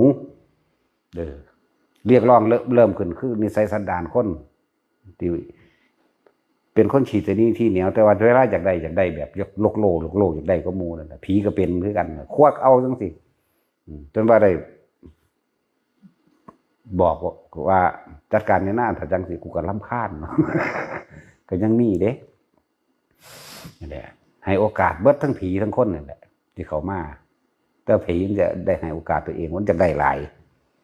ผีนี่ก็อยากได้ยอดคือกันกับคนนั่นแหละมาภาวนาก็อยากเป็นหลานล้วนผีก็อยากแบบรวยไปเลยนะผีก็เลยต้องไม่ได้คิดถึงคำว่าพระนิพพานดอกว่าจากดอกว่าประเภทจังสั้นนั่นนะแบบจะเป็นมหาเศรษฐีเท่าไรโกรธล้านโลดไปจังสั้นแหละแบบกระซากเอาสินะจังสั้นนั่นแหละจังว่าบอกสถานที่ใดมีการสวดมนต์เป็นประจำนี่ต้นแรกมันก็ดียิ่งมีความภาวนาไปอีกนะมีการภาวนาอีกตืมเข้าไปอีกกระแสแห่งบุญกว้างไกลอีก อะไรแล้วแต่ละคนที่พวกเข้าสอนจับจุดอุณโลมไว้จุดอุณโลมนี่ถือว่าเข้าสิอุทิศบุญตรงนึกภาพหนาของคนคนนั้นเลยกลางหน้าผากส่งกระแสออกไปเลยขอพ้นทานบุญกุศลกับดีเห็นข้าพเจ้าทำมาทั้งหมดนี้จงถึงแด่คนที่เข้านึกภาพหนาแหละจับจุดอารมณ์กลางหน้าผากส่งกระแสออกไปเลยใส่ความคิดนั่นแหละกระแสก็ดีนึกถึงผลทานบุญกุศลใดก็สร้างนี่ขอพ้นทานบุญกุศลกรรมดีที่ข้าพเจ้าก็ทำมาแล้วตั้งแต่อดีตตอนต้นจนถึงปัจจุบันณขณะนี้จงถึงแด่เนี่ยระบุซื้อพร้อมได้นาพร้อมเข้าใจว่าล่ะนั่นแหละมันก็ไปอย่างสั้นมันก็ตรงเป๊ะนะมันบริลัดเลาะไปใส่จังหวะเป็นนังคือผ้าอุทิศบุญแบบ3 อย่างเนาะ คือจังเฮาเลิกจากภาวนานี่เฮาสิเน้นมันว่าล่ะเน้นเป็นชุดไปนั่นนะแต่ว่าตอนเฮาสวดมนต์ก็บาอีกแบบนึงเห็นบ่ล่ะขอพ้นทานบุญกุศลกรรมดีที่ท่านทั้งหลายก็ทำมาแล้วตั้งแต่อดีตจนถึงปัจจุบันนะจนถึงปัจจุบันณสถานที่แห่งนี้เด้บ่ได้ทำนำสถานที่ของเฮาก็วางให้บ่ได้เด้อมันบ่ได้ผ่านเฮาเข้าใจบ่ล่ะจงถึงแด่มารดาบิดาของท่านญาติของท่านเจ้ากรรมนายเวรท่านตลอดทั้งสรรพสัตว์ทั้งหลายทุกมรดกบารมีนี่ก็อีกล็อกนึงเห็นบ่ขอผลบุญกุศลนี้จงถึงแด่พระมหากษัตริย์ทุกพระองค์ตลอดทั้งพระบรมสารีวงศ์นี่เขาเจ้าบ่เอาดอกผลทานจากว่าล่ะเขาเจ้ามีก็เฮาเขาจะเอาความสงบเย็นและกุศลคือความฉลาดในการสิไปบริหารบ้านเมืองความฉลาดในการสิไปบริหารหลายๆอย่างนั่นแหละมันก็ต้องรู้จักแม่ล่ะคือเฮาของหน่อยเอาไปให้คนมีของหลายผู้นั้นด้วย1,000 ล้านเอาเงิน100เขาจะเอาอยู่บ่เนาะเห็นว่าแท็กซี่ขี่ที่กูเอาคือเอาแล้วกู เนาะแต่สิน1,000 ล้านกูก็เอาได้100เนาะ พวกขี่ที่แต่เขาเจ้าบ่เป็นจังซั่นดอกเปรียบเทียบ สมบัติของคนตานีหามีค่าอะไรไม่เด้อเพราะว่ากินตัวได้เองกินในชาตินี้เป็นชาติสุดท้ายต่อไปไปกินทานไฟดูลงข้างล่างแล้วเมื่อไหร่จะได้กลับมาเป็นคนบ่ธรรมดาเด้แล้วสมบัติของคนขีตานีมันว่าแจกท่านไผเด้อย่าลืมว่าพวกเศรษฐีขีตานีทั้งหลายนั่นน่ะมันเป็นธาตุเงินหาเงินมาสะสมไว้เวลาสิกินก็บ่กล้าซื้อกินเด้ย่านเงินเบิดมันเป็นจังซั่นอีหลีเด้หาเด้หากินเศษอาหารน้ำหมู่เด้มันธรรมดาเด้ขีตานีในใจนี่เด้แต่สมบัติอย่างอื่นมันมีมากอยู่หากินของเก่าคนก็ได้แต่ก็จมให้เขาพร้อมใจว่าล่ะบ่ซื้อกินกูอย่างของกูเบิดแต่ว่ากูเป็นทานหาเงินให้แล้วคิดจะบอกว่าจะไปท่านไผเป็นนั่นแล้วเขาเอิ้นเปรตนั่นแหละคือโกศยเศรษฐีที่พระโมคคัลลาไปทรมานเอานั่นแหละพุทธเจ้าเห็นอุปนิสัยว่าสามารถที่บรรลุได้อยู่เคยมีกรรมสัมพันธ์เกี่ยวพันกับกระไผนอโอ้โมคคัลลาทรงพระโมคคัลลาไปเห็นบ่ล่ะมีปราสาท7 สั้นได้รวยขนาดมีคนใส่พร้อมจอยเวิร์ดอยู่แล้วคนใส่ก็เลยคนใส่มันก็ไปหากินเอาเองมันมีเขาเป็นค่าจ้างมือละทับพี่หนึ่งธนานส่วนกลับไปหากินเอาแต่ตัวมันเองมันน่ะเศรษฐีอันโกศยเศรษฐีนี่กินไปหาขอน้ำสมภักดิ์น้ำมูกันมั่งมานั่งเด้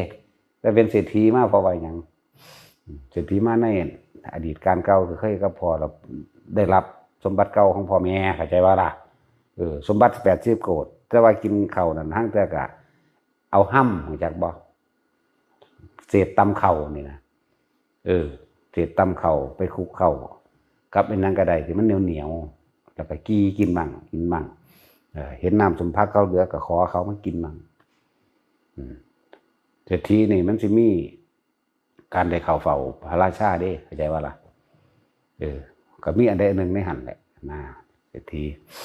มื้อนึงเห็นเขากินข้าวเกียบเขาอื่นยังละข้าวฟ่างยังนั้นละ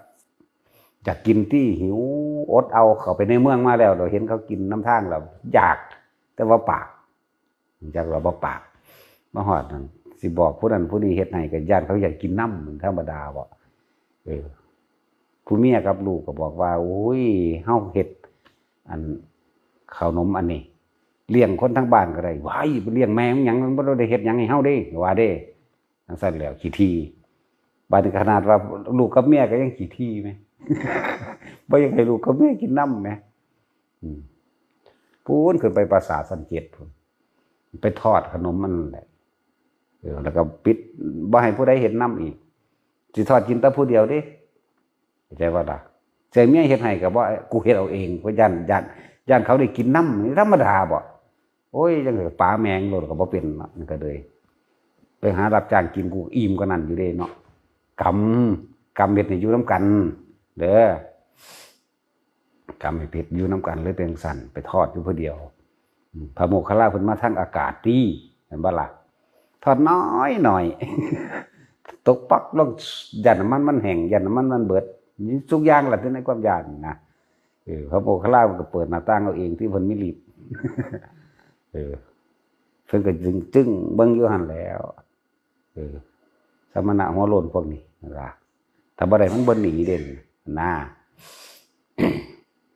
เถิดทั้งใดก็อันเพิ่นก็ขอดีๆนี่แหละถึงยังไงเราก็ไม่ให้ท่านนะเพิ่นว่าขอบิณฑบาตขนมเปลืองเนาะขอบิณฑบาตขนมเปลืองอันนี้ได้บ่ถึงไงเราก็ไม่ให้ท่านปิดหน้าต่างปิดก็ปิดพอได้มันมีฤทธิ์เบิ่งหั่นแหละว่าแต่บ่ให้นี่บ่หนีแน่นอนพวกหัวโล้นอันนี้นะก็เลยน้อยหน่อยท่อขี้ดังนี่แหละเอาไปใส่บาตรเพิ่นใส่แล้วมันใหญ่ขึ้นที่ของอยู่ในห้องก็ใหญ่เองหลายเอาเองจักบ่ล่ะนั่นแหละอย่างนั้นสั่นหลายขึ้นบ่รัดเอาดอกย่าโหดจนถึงที่สุดเพิ่นก็แสดงธรรมไปนำอันนี้ก็ใหญ่ขึ้นไปนำหลายขึ้นที่รู้เลยว่าการทำบุญในพุทธศาสนาหรือการให้ทานมีผลมากแบบนั้นแบบนี้นั่นแหละก็เลยว่าโอ้ตะกี้เพิ่นก็บ่ฮู้จักก็เลยสุดท้ายก็เลยตั้งใจบัดนี้ตั้งใจ พระพุทธเจ้าบอกพระโมคคัลลาว่าให้เจ้าไปนำขนมเปลืองนี่มาเลี้ยงภิกษุอย่าว่าล่ะ ให้พระโมคคัลลาเพราะพวกเจ้ามีกรรมเกี่ยวกันจะต้องไปดึงเอากันนะในสุดท้ายก็เลยเกิดความศรัทธาที่ได้ตั้งใจทอดอันเพื่อสิซอยถวายพุทธเจ้าอานิสงส์หรือว่าอานุภาพของพระสงฆ์สาวกนี่ก็ยังเพียงปานนี้โดยอานิสงส์อานุภาพของพระศาสดาปานใดน้อเนี่ยเด้เห็นบ่ล่ะศรัทธามาก็เลยนั่นแหละเพิ่นก็พาไปโดยฤทธิ์เหาะไปโกศิยะเศรษฐีนี่ไปแบบนั้นไปลงต่อหน้าพระศาสดาอีกขนมเปลืองไหลมาจากเฮือนเลยจังซั่นแล้วแหละหลังจากนั้นมาก็ฟังธรรมท่านศีลเรียกว่าอนุพุพิกถาเพิ่นสิเว้าเรื่องท่านและอานุสงส์แห่งท่านอานุสงส์หนึ่งหลักการรักษาศีลอานุสงส์หนึ่งศีลแล้วก็เว้าเรื่องภาวนาแล้วก็แสดงอริยสัจสี่ตบท้ายหรือบรรลุพระโสดาบันเหมือนกันเรื่องของโกศิยะเพิ่นเป็นพระแล้วล่ะจบแล้วล่ะบ่อยู่ดอกแล้วความหมายของว่าคนฉีทีคนฉีทีนี่มันฉีทีวัตทุกอย่างได้ขนาดเขามานำแนวดีๆมันมาเบาเอาง่ายๆคือเขาเห็นถนนหนทางมาเขาขอเที่ยวทางนั้นว่าคนสมมุติว่านี่ทางตรงๆไปอย่างนึงแต่ว่ามันขอลัดเลาะเจ้าในบ่อนี่นะสู้ว่าได้เอาอันมั่นออกให้จักหน่อยนึงจังซี่จากได้เงินนำเขาสิก็เอาเด้แต่ว่าบ่ได้เห็นประโยชน์ตรงเขาเฮ็ดทางให้เข้าใจบ่บ่ได้เห็นประโยชน์ตรงที่ว่าราคาที่ดินเพิ่นสิหลายขึ้นบ่เห็นเด้พอมันย่านเสียคือหยังบ่ธรรมดาเด้ขนาดของทิ่มของเอาโยนทิ่มแล้วมันก็ขายได้เด้พวกนี้มันธรรมดานี่แหละพวกทาสเงินเฮาเอาเงินเป็นทาสเด้เฮาบ่ได้เป็นทาสเงินเข้าใจบ่ล่ะจังซั่นแม้นสิมีเงินหลายปานใดก็สร้างพวกจังซี่บ่ได้กินอาหารดีเพราะว่าเสียดายเงินเคยเห็นบ่สมชายมันสิมีเงินหลายมาได้ก็สร้างกินกับหยังก็แล้วตำแก้วขอปลาแดกน้ำผู้อื่น ธรรมดาบ่อันใดน้ำหัวน้ำห้าวเขาทำทาขอเขาตั้งแต่บัญชีทีน่ะขอหมักทั่วเขาบอกคงเนาะเงินหลายมาได้ก็สร้างพวกนี้บ่ได้มีโอกาสใช้แต่ที่เพิ่นว่าสมบัติของคนตอนนี้หามีค่าอะไรเลยนะเขาจะกินในชาตินี้ชาติสุดท้ายแม้ชาติสุดท้ายนี่ก็ยังไม่ได้กินอีกต่อใจจากนั้นเขาจะไปกินฐานไฟในนรกนะแม่นความเพิ่นเบิดที่ตัวใจจากบ่ตัวขี้ตาดีตัวหวงตัวเปรตนี่แปลว่าหยังผู้หิวก็หายอยู่ทุกเมื่อมีแต่จากใดก็เป็นใดตัวมันบ่ล่ะ นั่นแหละบางหม่องเขาไปสร้างความเจริญให้บ่ได้เห็นความเจริญในสิ่งที่เขาเฮ็ดให้เด้เห็นแต่กูต้องได้อย่างเดียวจากบ่ล่ะมันธรรมดาเด้อ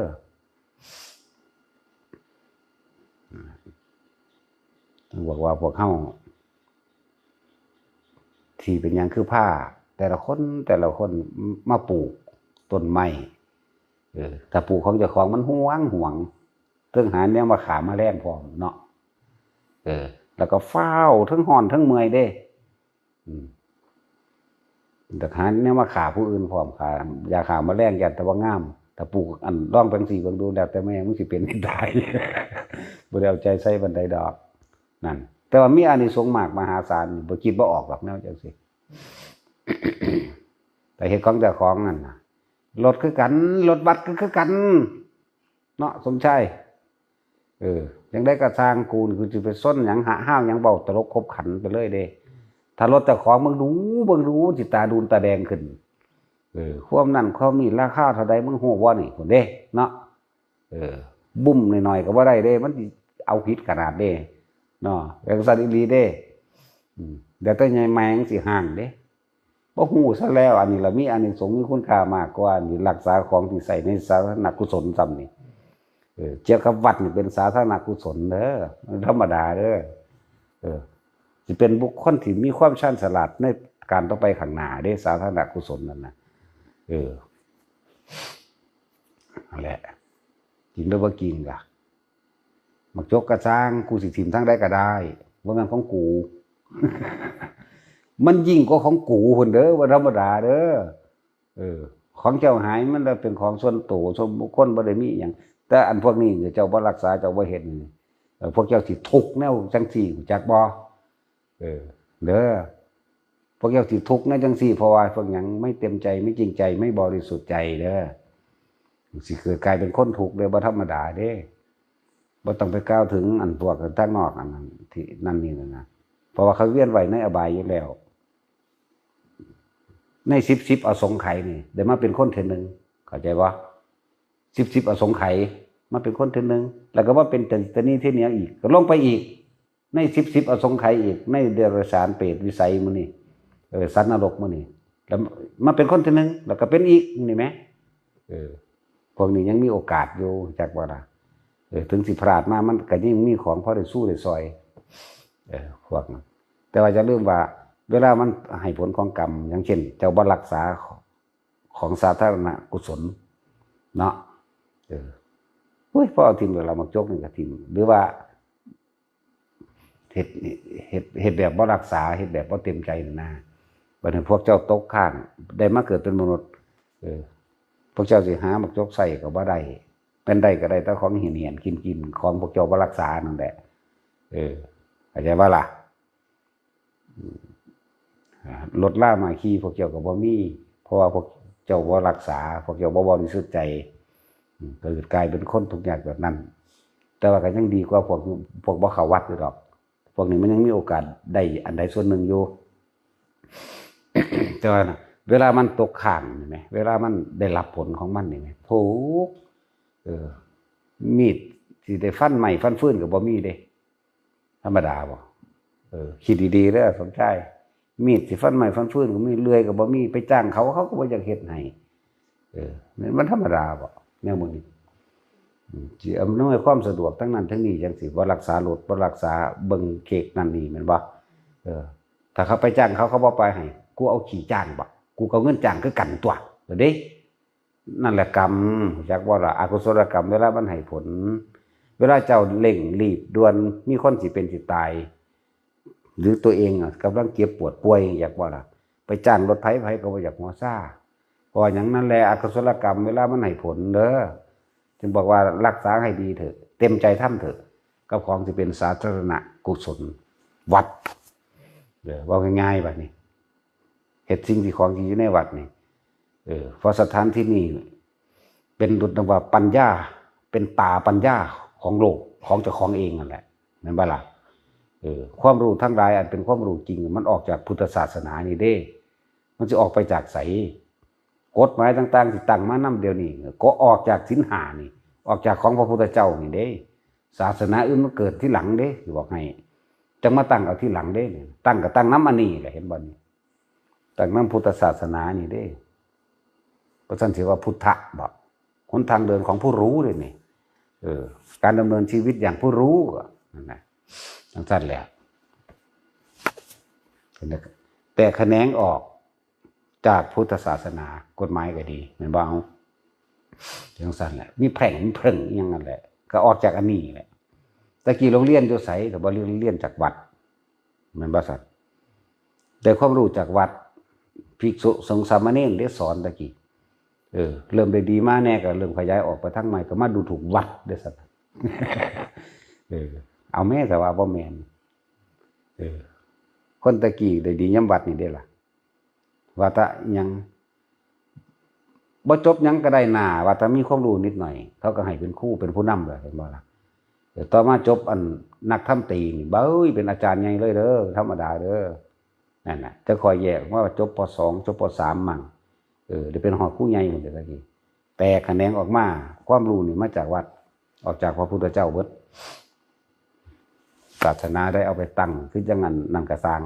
เกี่ยวกับกฎหมายย่อมได้เนื่องจากมาจากพุทธศาสนาทั้งนั้น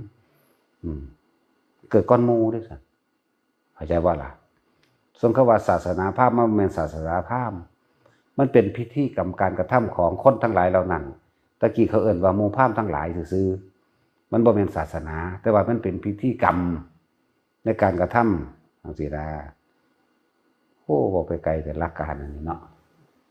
เอาแค่ให้หันเข้ามาจอมๆดีกว่าเว้ยมันไกลโพดความรู้มื้อนี้ว่ามันความรู้อันบ่มีสมองความรู้พวกบ่มีสมองพวกนี้ เนาะสมชายพวกว่ามีสมองคิดว่าออกหรอกได้จังสิมันกว้างเกินตัดสินทั้งแล้วเลยซึ่งลึกจักเว้าหยัง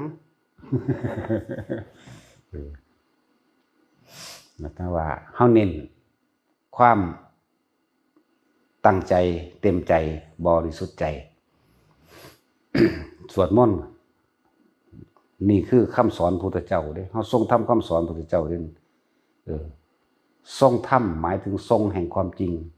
อันเป็นคำสอนของพระผู้มีพระภาคเจ้าเป็นผู้รู้ได้นำความจริงออกมาเด่นเพื่อเปิดเผยให้หมู่สัตว์ทั้งหลายได้เห็นทางในการทำตนเองให้พ้นจากความเวียนว่ายตายเกิดให้พ้นจากวัฏสงสารให้พ้นจากความทุกข์เด่นด้วยว่าทุกคนตั้งใจเต็มใจและบริสุทธิ์ใจโดยความตั้งใจเต็มใจบริสุทธิ์ใจของเฮาเองผลอานิสงส์อันนั้นย่อมส่งถึงมารดาบิดาเป็นต้นบ่ได้เป็นปลายเด้เป็นต้นเป็นต้นนะแล้วจังคอยแตกแขนงเป็นลำต้นคือญาติฝ่ายมารดาบิดาญาติฝ่ายบิดาญาติฝ่ายมารดาเห็นปะจังแตกแขนงออกในระดับของพี่น้องจังเป็นต้นเป็นงาจังไปหาปลายใจบ่ล่ะแม่นเจ้ากรรมนายวงนายเวรน่ะแม่นเบิดได้รับเบิดนะเวลาเขามาเอาบุญนี่ปึ๊บตอนนั้นเฮาสงบแล้วเฮาเย็นแล้วเฮามีความบริสุทธิ์ใจในการกระทำเขาได้แล้วเขาก็โอโหสิให้เฮาตัวพวกเจ้ากรรมนายเวรนะบุญเกิดจากการให้ทานกับอย่างหนึ่งเนี่ยก็ได้อุปกรณ์ความเป็นอยู่เป็นกินบ่ล่ะอุปกรณ์การทำมาหากินในปัจจัย4นี่เห็นบ่ล่ะบุญอันเกิดจากสวดมนต์ภาวนาเด้นี่เป็นแสงสว่างเป็นแนวทางการดำเนินชีวิตต่อไปเด้นี่เนี่ยจึงบอกว่าทุกคนตั้งใจเต็มใจเฮ็ดเต็มที่ของเฮานั่นแหละบ่ได้เฮ็ดเล่นๆเฮาบ่ได้เฮ็ดโดยประเภทนี้เด้ให้ทุกคนเข้าใจเด้อบ่ได้เฮ็ดโดยประเภทนี้บ่ได้เฮ็ดโดยข้อวัดปฏิบัติอันบังคับเข้าใจบ่ล่ะให้เฮ็ดโดยความบริสุทธิ์ใจจริงๆนั่นแหละวัดใดสถานที่ใดก็ตามที่มีการสวดมนต์สถานที่นั้นให้สังเกตโลดมีแต่ความเจริญการเงินและการงานอุดมสมบูรณ์วัดใดบ่มีแนวจังสันบ่มีทาง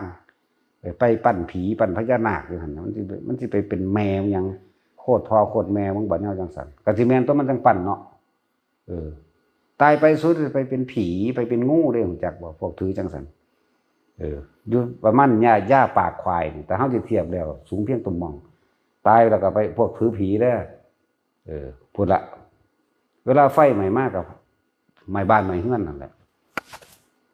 ฝนตกมาน้อยๆก็ทางเพียงตุ่มหม่องเท่านั้นน้ำท่วมหลังคาบ้านแต่ว่าล่ะพวกเข้าใจว่าผีฝ่าผีแถนผีโอ้ยผีแมงดอกกูก็เห็นแต่มาขอบุญน้ำกูนี่แหละเขาจูดป้าเนี่ยน้อยเขาเผาขยะเนี่ยน้อยโอ้ยซอยแน่ทิศมีเสี่ยงบุญไปทางใดก็เอิ้นกันเด้มาดับไฟซอยแน่เด้อธรรมดาวะ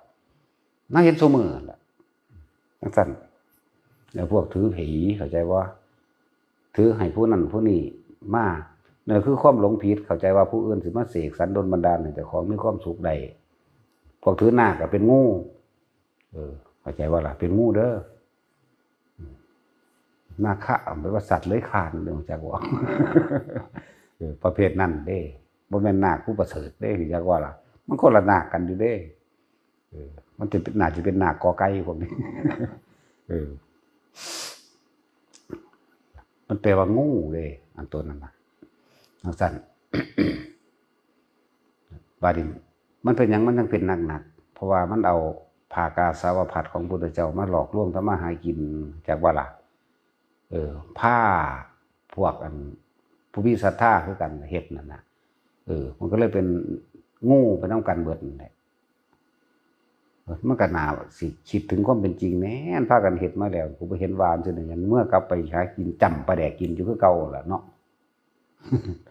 เรื่องสั้นนะ แต่เฮาสิพูดถ้าเป็นคนธรรมดาบ่บวชเข้ามาเฮาบ่ว่าหยังดอกแล้วแต่สูแต่ว่าถ้าบวชเข้ามาแล้วมาอาศัยผ้าเหลืองของพระพุทธเจ้าผ้าเฮ็ดนั่นน่ะนี่แหละมันเลวระย่ำที่สุดจักบ่ล่ะเลวระย่ำเด้เฮาอยู่ในฐานะที่เฮาเว้าได้เฮาก็ต้องเว้ามันบ่ล่ะหน้าปลอมเขามาบวชพุทธเจ้ายังไล่ให้สึกเจ้าบรรลุบ่ได้เจ้าเป็นสัตว์เดรัจฉานว่าน่ะ เจ้าไปทำถือศีล8ในวันนี้ถือศีล5ในวันนั้นเฮ็ดเท่าเจ้าตายเจ้าจังเกิดเป็นมนุษย์เมื่อเกิดเป็นมนุษย์แล้วจังมีโอกาสมาทำเพี้ยนจังสี่ได้ไปแล้วธรรมดาจังสั้นเลยแหละจังว่าแต่ละคนจะไปหวังให้ผู้อื่นมาเสกนั่นเสกนี่เห็นอย่างเนาะหาเอาเองบ่เป็นบ่มีปัญญาจังสั้นแล้วมันเลยล่ามไปทั่วเห็นบ่ล่ะ มันเลยล่ามไปทั่วเด้ อย่างว่านั่นแหละบ่มีผู้ใดนำความบริสุทธิ์ให้ไผได้ปัญญาเอาให้กันบ่ได้นะฉะนั้นพวกเฮาก็หันเข้ามาแต่เฮาอยู่ในฐานะที่เว้าได้พวกภิกษุนักบวชทั้งหลายแหละถ้ามาเฮ็ดพิธีกรรมแบบนี้ก็เป็นอันว่าเร็วระย่ำนะอาชีพเดรัจฉานวิชารดน้ำมนต์เป็นประจำเสกของนั่นนี่เพื่อไว้ขายอันนี้อื่นว่าเดรัจฉานวิชาเฮาในฐานะเว้าได้เฮาก็เว้าแต่ว่าถ้าเป็นคนธรรมดาเฮ็ดเฮาบ่ได้เว้าหาเขาเลยล่ะนั่นมันเป็นอาชีพเขาแม่นบ่ซั่นดูหมอหาฤกษ์งามยามดีสวดสะเดาะเคราะห์นั่นเป็นอาชีพของคนเด้บ่แม่นพวกนักบวชเขามาหาเข้าใจบ่ล่ะอาชีพคนเด้นั่นเฮาบ่ได้ว่าเขาเด้พวกนี้ก็เขาหากินแบบนั้นแต่ว่าตัวเองนี่แหมเข้ามาเอาห่มผ้าเหลืองของพุทธเจ้าไปหากินแบบสัตว์จักบ่ล่ะเอิ้นว่าเดรัจฉานวิชาส่วนคนที่หากินเรื่องของเขานั่นน่ะก็เป็นเรื่องของเขาเด้นี่ให้แยกมันเป็นได้เฮาบ่ได้ว่าทั่วไปเฮาว่าเฉพาะภิกษุนักบวชที่อาศัยภาคกาสยะนี่มาแสวงหาลาภสักการะด้วยการทำเดรัจฉานวิชาเด้อจังซั่นแล้วเบิ่งเลิกเบิ่งยามเบิ่งดวงเบิ่งนั่นนี่โอ้ยสารพัดบ่เคยเบิ่งอยู่เทื่อก็มีด่าแมงโลดก็คิดบ่ออกตอนนี้จังซั่นเนาะเป่านั่นเป่านี่จังซี่นะที่พระเพิ่นเทศสงฆ์นั้นนานๆจึงมีเทื่อนึงปีนึงพอหาเดือบ่บุที่เขาเจ้าสงฆ์บ่แม่นอาชีพเขาเจ้าเข้าใจบ่ล่ะที่เฮาเห็นหลวงปู่หลวงตานานๆจึงเห็นเทื่อนึงนั่นน่ะแต่ว่าที่เขาเฮ็ดกันประจำอยู่แล้วนี่นั่นจังเอิ้นว่าอาชีพอันนั้นเขาเจ้าสงเคราะห์คือจังเฮาเห็นหลวงตามีสิทธิ์น้ำมนต์นั่นน่ะบ่มัน5 ปีต่อเทื่อซั่นบ่นะบ่แม่นว่าสิไปเห็นดูเลยเฮ็ดสงเคราะห์ซื่อๆเด้มันคนละเรื่องกันเด้คือพุทธเจ้าเฮ็ดสงเคราะห์ในบทญาณีนั่นน่ะเท่านั้นเด้พุทธเจ้าบ่ได้เฮ็ดดอกว่าอันนู้นเฮ็ดเดี๋ยวก็เถียงอีกแล้วไม่มีวัฒนะอีกแล้วมีสั่งแมงเด้กูเป็นบ่แห้งหรอกคือบทสวดมนต์เฮาเอาบทใดมาสวดไม่มีในวัฒนะหรอกกูเป็นเองกูสิบอกให้กูเป็นเองอันนี้แต่ก็บ่มีในบัญญัติดอกแล้วก็บ่ได้บัญญัติดอกกูเฮ็ดไปกูเฮ็ดไปเลยนั่นแหละต้องดักไว้ก่อนมันสิล่ามแต่กูต้องล่ามมันก่อนอย่างสั่นแหละนั่นแหละจึงบอกว่าวัดใดที่มีการสวดมนต์มีการภาวนาไปพร้อมวัดนั้นเจริญเด้อสังเกตโลดเบิ่งวัดใบแต่ของโลดผู้ใดอยู่ใกล้ก็เลยสู้หวยเล่นไก่อยู่นั่นน่ะมันสิมีแมงหยังว่าซั่นก็เลือกเอาตัวพระพุทธเจ้าก็บอกให้เลือกอยู่เนาะจะเลือกเอานี่เฮาเว้าในฐานะเว้าได้จักว่าล่ะถ้าเว้าในระดับการให้ทานก็อย่างนึงอยากว่าล่ะแต่บ่มีไงมันแดกนะก็จังอีกอย่างนึงแต่ทานที่บริสุทธิ์หรือบุญนั่นที่บริสุทธิ์เกิดจากผู้ให้ไม่ใช่ผู้รับแต่ว่าอานิสงส์ต่างเข้าใจบ่ล่ะอานิสงส์สิ่งที่ควรได้รับที่เขาสู่จิตใจได้อานิสงส์คือเห็นอารมณ์แห่งตนเองสงเคราะห์ตนเองเรื่องอานิสงส์เด้อก็ไปเลือกท่านเอาตัวจะเลือกเอาเบิ่งรถวัดแต่ละวัดที่มันเป็นอย่างคือเสาหมองลงเพราะว่าผู้อยู่ในวัดนั่นน่ะนักภิกษุนักบวชน่ะบ่มีขอวัดบ่มีปฏิบัติบ่มีสวดมนต์บ่มีภาวนาอีหยังแม่นบ่ซั่นเฮ็ดไปตามประเพณีซื่อๆบ่มีความบริสุทธิ์ใจในการกระทำมันจะเอาหยังมาเจริญถ้าใจคนบ่เจริญแล้วมันบ่มีแนวเจริญดอกจักว่าล่ะศาสนานี่คือใจคนใจของคนนี่ออกจากการกระทำด้วยความบริสุทธิ์เด้ใจคนบริสุทธิ์แล้วนี่คำว่าบริสุทธิ์คือการกระทำบริสุทธิ์บ่ท่านนั้นบริสุทธิ์คือพระอรหันต์ดอกจักบ่ล่ะบริสุทธิ์ในการสิสืบต่อศาสนาเฮาสิสวดมนต์สัตย์ใจธรรมคำสอนพุทธเจ้า เฮาสินี่เฮ็ดเป็นข้อวัดปฏิบัติเป็นประจำเฮาสิพาแผ่เมตตาเฮาสิพา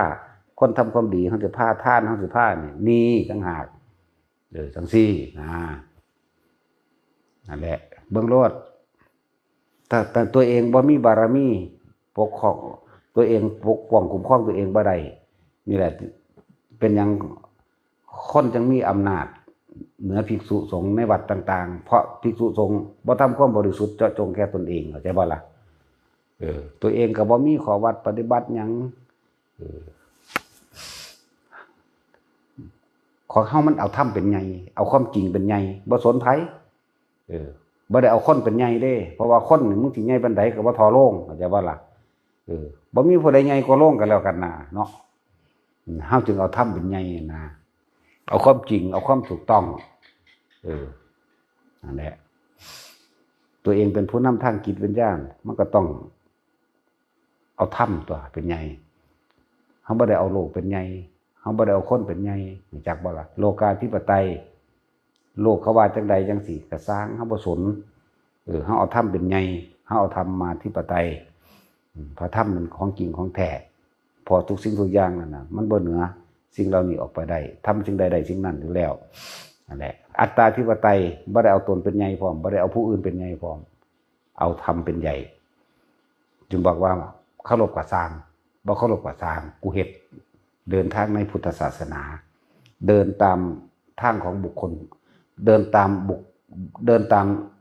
ผู้รู้จักว่าเดินตามผู้รู้ต่างหากล่ะบ่แม่นเดินตามคนทางคนว่าสิได้กินข้าวบ่อุ้ยกินตายก็ตายได้อยู่นี่เนาะบ่กินข้าวคนกูกินข้าวผีก็ได้กูบ่เงินจังซี่นะเฮาก็เว้าอยู่ประจำนั่นแหละตอนกูอยู่ป่ากูกินข้าวไผซั่นกูกินข้าวผีแม่นว่าล่ะอยู่ผู้เดียวเป็นปีๆ2 ปี 3 ปีพุ่นเด้อบ่แม่นซ้ำนึงสิมาอันเด้บ่แม่นของสิมาได้เว้าแง่ได้นั่นจังซี่ภาษาพวกในบ้านยังสิท่านเกลือให้มันแดกว่าซั่นโคตรแมงบ่ทันเอามาอยู่เกลือก็เลยบ่ทันเห็นอยู่บักหาใดว่าสิท่านเกลือมากูแดกท่านเอามาอยู่นึงรู้นั่นน่ะตั้งแต่มันหาแดกอยู่ในเฮือนมันก็ยังบ่ทันได้สแต็กอีหยังอยู่มันสิเอาเกลือมาทานเฮาว่าซ่านตัวมันเองยังบ่ทันมีหยังอยู่ถ้าบ่มีก็มาขอกูดีกูให้กูให้ด้วยความบริสุทธิ์คนทุกข์จักว่าล่ะทุกข์เด้อนั่นน่ะคนบ่มีน้ำใจคนบ่เคยมีความบริสุทธิ์ใจกับตัวเองปฏิบัติธรรมก็บ่มีความบริสุทธิ์ใจเห็นบ่ล่ะเว้าซื่อๆเด้พวกนี้จมแมงโลด จมตัวเนาะตาสินมันว่ามันจะท่านเกลือไม่เฮามันบ่ทันท่านอยู่ระวังมึงตายเด้อถึงบ่ท่านนั่นน่ะ เอามาเด้อบักใดเว้ากูบอกคำใดคำนั้นเด้ หรือเอาสัก7 มื้อบ่หรือเอาจังใดนอนนะ นั่นแหละอย่าเว้าเล่นนะเฮาบ่ได้เว้าเล่นมีแต่เอาของจริงเอาแหลกมาได้เอาชีวิตแหลกมาได้แต่ละอันแต่ละอย่างที่เอามานำสิเอามาเว้าอยู่เดี๋ยวนี้นะภาษาสูงยังท่านออกจากหูเหี่ยวอยู่ขนาดบักสมชัยก็คือกันเนาะโอ้ยขายหน้าขายตากระดาษแต่ละคน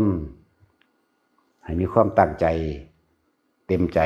บริสุทธิ์ใจเห็นยังกระสร้างบุญเกิดบุญคือความสงบเย็นเกิดในเจ้าของ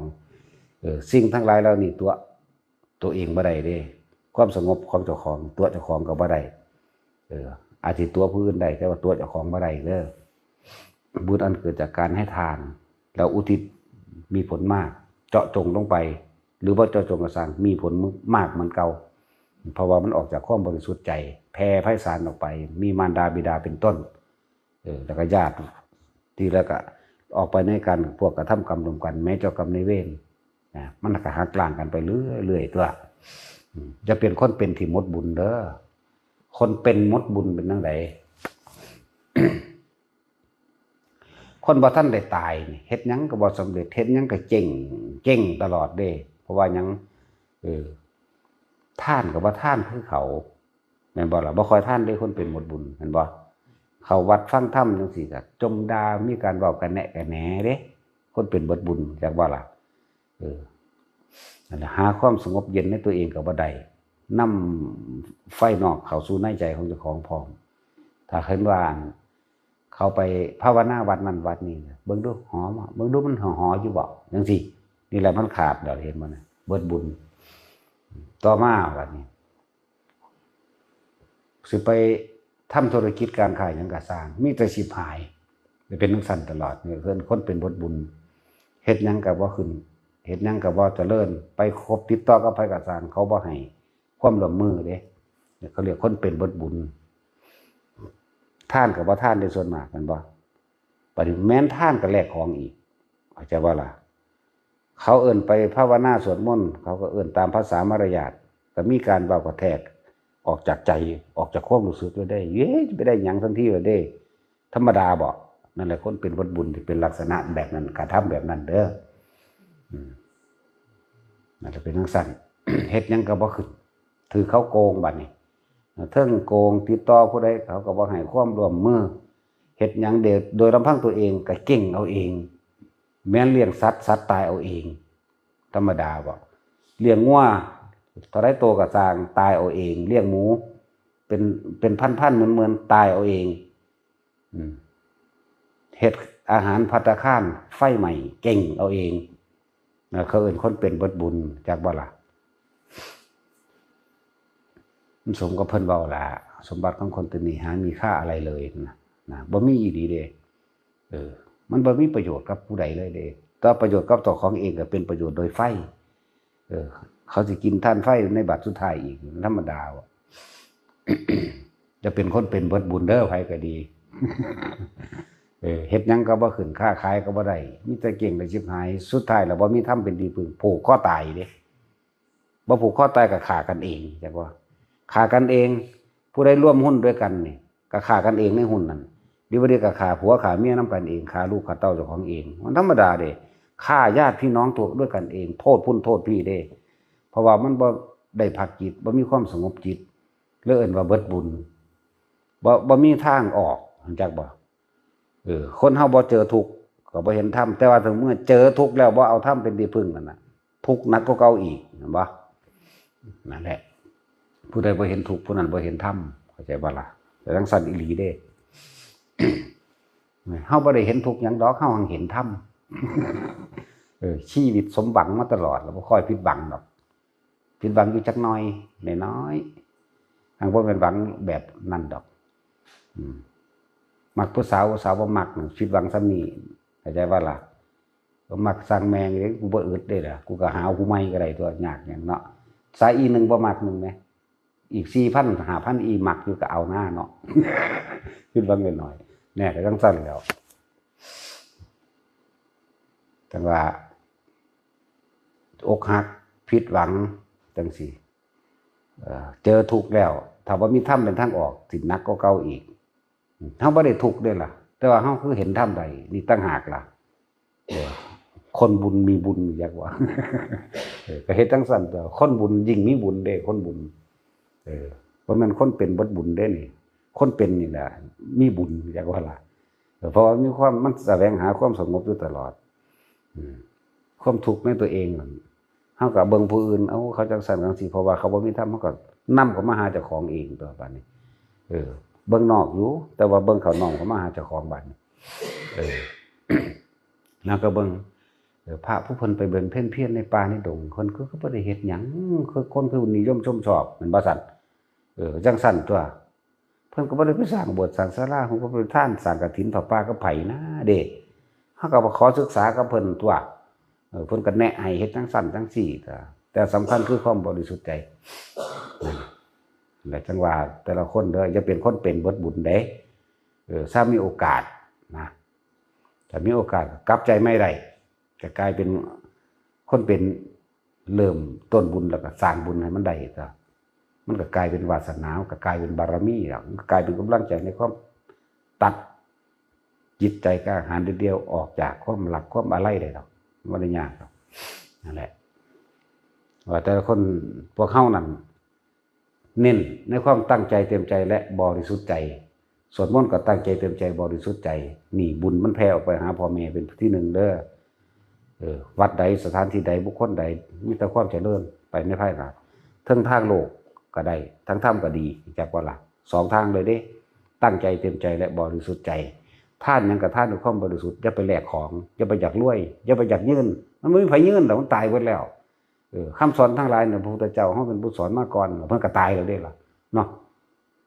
หรือยังอยู่มันยังแต่อมตะธาตุซื่อๆเด้นอกนั้นมันตายแล้วเด้เนาะคือธรรมะนี่เองที่เหลืออยู่นี่พระพุทธเจ้าแท้แต่เห็นพระพุทธเจ้าองค์จริงให้ทิ้งพระพุทธเจ้าองค์จำเด้อจักว่าล่ะอย่างสั้นสมาทาน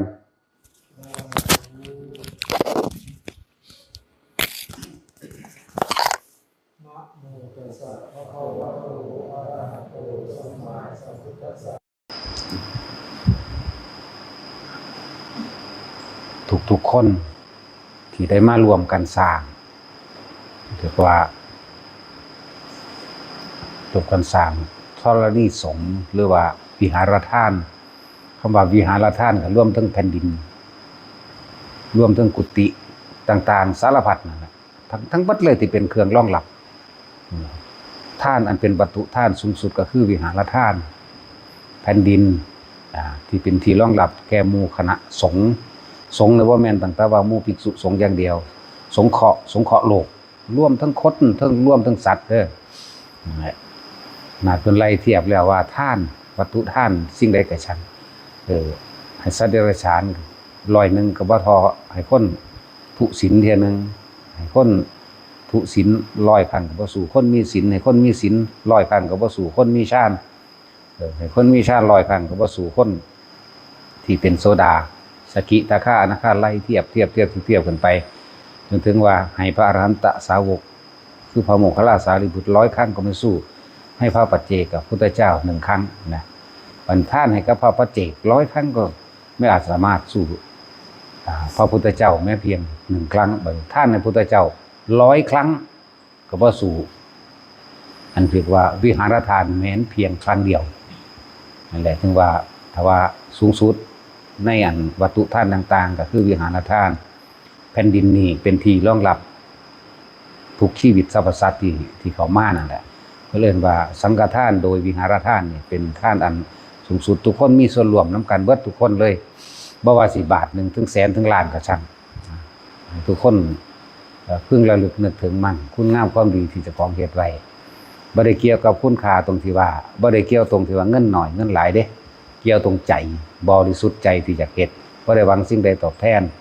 บ่หวังผลในทานบ่มีจิตผูกพันในผลแห่งทานบ่ได้ระลึกนึกถึงว่าอยากได้อยากดีอยากมีอยากเป็นหยังเมื่อเฮามีแผ่นดินหรือธรณีแห่งสงฆ์มีวิหารทานแล้วมันก็ให้มีวิหารธรรมนำอันเป็นเครื่องอยู่พุทธานุสติคือเฮาสิสร้างพระพุทธรูปนี่ก็เป็นพุทธานุสติอย่างหนึ่งบ่ว่าเจ้าสิมีบาท1 2 บาทหรือเท่าไหร่ก็ช่างเด้อการนึกถึงโดยภาพก็คือการจำภาพพระพุทธรูปเฮานี่แหละการนึกถึงโดยธรรมคือคำสอนการนึกถึงโดยสงฆ์คือพระสงฆ์สาวกผู้ควรปฏิบัติตาม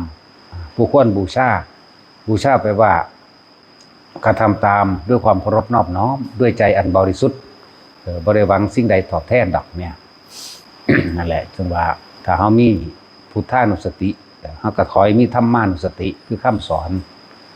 สัตว์โลกเป็นไปตามกรรมมั่งตนแลเป็นที่พึ่งของตนมั่งรวมแล้วก็คือความหมายเดียวกันนี่แหละทำสิ่งใดๆสิ่งนั้นมั่งบ่ได้เชื่อสิ่งศักดิ์สิทธิ์บ่ได้เชื่อในว่ามีผู้มาดลบันดาลความสุขความทุกข์ให้เฮาได้เนี่ยเชื่อกรรมเชื่อผลของกรรมคือการกระทำของเจ้าของเองบ่ได้เชื่อเลือกงามยามดีบ่ได้หวังพึ่งผู้อื่นให้พึ่งตนเองให้พึ่งธรรมคือความจริงกระทำตามความเป็นจริงมีสัจจะคือรู้แจ้งเห็นจริงตามความเป็นจริงเป็นเฮาสิว่างได้หรือบ่ได้ก็ช่างแต่ว่าให้นึกถึงสัจจะคือความจริงของทุกชีวิตสรรพสัตว์เกิดมาตายความจริงของทุกชีวิตสรรพสัตว์ล้วนแล้วแต่เป็นไปตามการกระทำของเจ้าของเองบ่ได้เป็นไปตามผู้อื่นความจริงของสรรพสัตว์ก็อนิจจังคือความบ่เที่ยงแท้แน่นอนบ่หาความจีรังยั่งยืนบ่ได้สุดท้ายแล้วก็ต้องแตกดับเป็นธรรมดาตายเป็นธรรมดาผู้ใดยึดผู้นั้นทุกข์จังซี่เรียกว่าวิหารธรรมอันนึง ตาจำเฮาก็มีตาจำเป็นใดตาจำก็จำภาพพระพุทธรูปภาพพระสงฆ์นั่นแหละเอิ้นว่าพุทธานุสติเรื่องของใจเป็นธรรมานุสติคือการทำความเข้าใจเห็นตามความเป็นจริงไม่ได้เห็นไปตามความคิดที่เคยได้ยินได้ฟังมาสังฆานุสติระลึกนึกถึงพระสงฆ์ผู้เพิ่นนำธรรมะคำสอน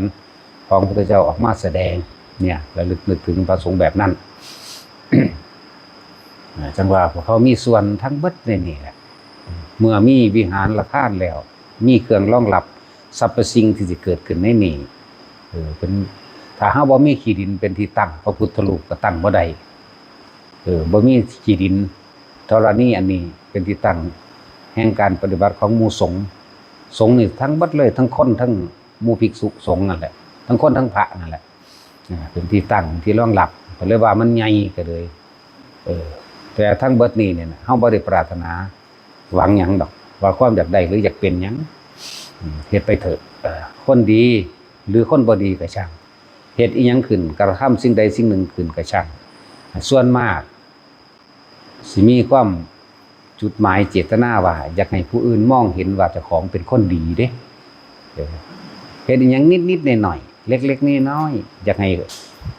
คนเห็นความสำคัญของเจ้าของว่าเป็นคนดีอันนั้นมันบ่แม่นดีจริงเป็นแค่ว่าความยกตนยกตนว่าเป็นคนสำคัญนะไหลลึกเข้าสู่ความเป็นมานะทิฏฐิพร้อมเด้พวกนี้เป็นกิเลสที่ลึกละเอียดยกตนเป็นคนสำคัญแล้วก็เอาความยกความสำคัญที่ตนเอง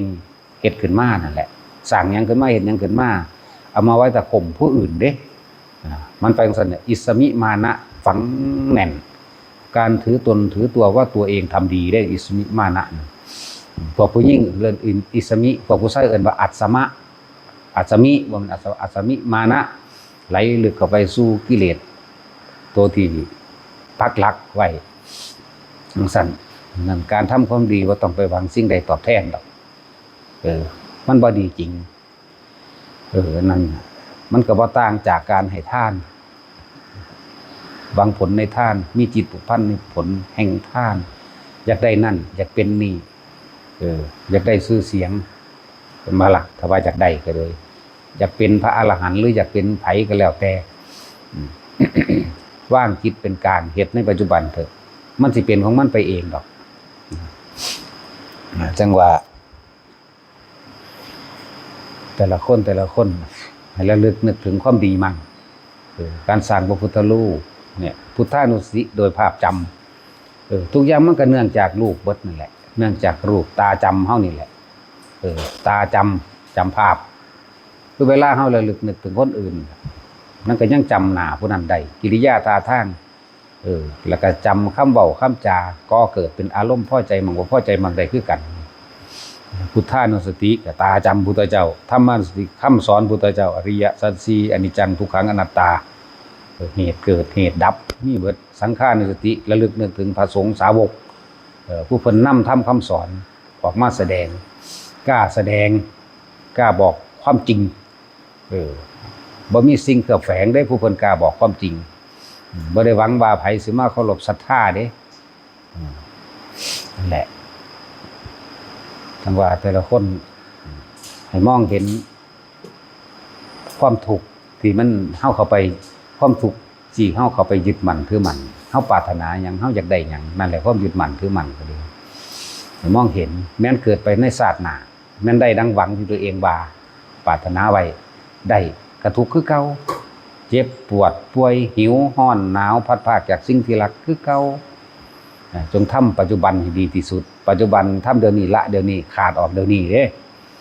ทุกคนมีนิพพานชั่วขณะนี้นิพพานขณะปัจจุบันนี้ได้ทุกคนนั่นแหละนั่นแปลว่าดับเย็นนี่คือการให้ทานหยังก็ช่างบ่มีความหวังในความอยากได้อยากดีจริงมีเป็นมันดับเย็นแล้วเด้นั่นเย็นคือไม่กระวนกระวายเร่าร้อนเย็นเรื่องว่านิพพานนี่แปลว่าดับเย็นสังเกตความรู้สึกเจ้าของนั่นแหละท่านยังไปปุ๊บนี่เฉยเมื่อยไปเลยนะเปรียบเทียบเฉยเมื่อยบ่มีอารมณ์ใดๆทั้งสิ้นเห็นไหมเท่านั้นมึงเด้แล้วก็อุทิศบุญออกไปมันจะมีผลแต่คนส่วนมากถ้าเราขอแล้วอุทิศมันบ่ไป มันหยุดอยู่ที่ตนเองนั่นไหนจังหวะแต่ละคนทำความดีให้มันดีจริงให้มันออกจากความบริสุทธิ์ใจที่อยากทำตั้งใจทำเด้นอกนั้นบ่แมนนะนั่นนะเป็นความหวังอย่างหนึ่งเป็นความหวังว่าอยากได้นั่นอยากเป็นนี่เด้จังทำเรียกว่าทำดี เบิ่งความบริสุทธิ์ใจเจ้าของเอาท่านถึงพระนิพพานใดเห็นปะถึงนิพพานใดได้ท่านโดยไม่หวังผลก็ได้หวังผลตอบแทนของท่านที่ท่านไปแล้วบ่มีความคิดระลึกนึกถึงว่า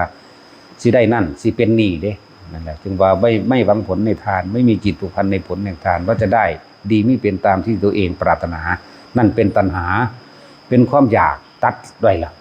ทีนี้ไม่หวังผลในทานไม่มีจิตผูกพันในผลแห่งทานไม่ปรารถนาสิ่งใดเลยจิตใจของเฮาเลยขาดออกจากความไปข้องเกี่ยวกับความจากใดก็จะเป็นขาดออกนั่นแหละจังว่าท่านสิ่งเหล่านี้เข้าไปคนพวกนี้สิบ่ค่อยมีความคิดว่าอยากได้นั่นอยากได้นี่เป็นนั่นเป็นนี่เด้ท่านแล้วไปคิดบ่มีที่ตั้งอยากว่าบ่มีลาภยศสรรเสริญเป็นที่ตั้งบ่มีคนมาย่องเป็นที่ตั้งขาดออกจากความหวังบ่มีความอยากได้และอยากเป็นอันนั้นอันนี้เป็นที่ตั้งนี่มันขาดออกเลยนี่นั้นเจ้าสิตายโดยจับลมหายใจหรือว่าจับลมหายใจก็สร้างในขณะนั้นจิตมันเป็นอุเบกขาจิตมันเป็นอุเบกขาแม้นว่าจะเป็นอุเบกขาเวทนาบ่ท่านหักบ่ท่านสั่งยังไม่รักยังไม่เกลียดยังไม่พอใจและไม่พอใจเด้มันที่เป็นของกลางๆมันอยู่มันจะถูกคลุมด้วยความว่าอุเบกขากระชังพวกนี้ตายแล้วเนี่ยย่อมเข้าสู่พรหมกายิกานะเป็นฐานที่ตั้งแห่งหมู่พรหมทั้งหลายหมู่พรหมทั้งหลายก็คือเอาจิตเป็นกลางนั่นเองยังไม่คิดถึงสิ่งใดสิ่งหนึ่งเด้เป็นกลางบ่ได้คิดถึงความอยากได้และอยากเป็นกับไผเนี่ยหลังจากเขาไปจุติเข้าสู่พรหมแล้ว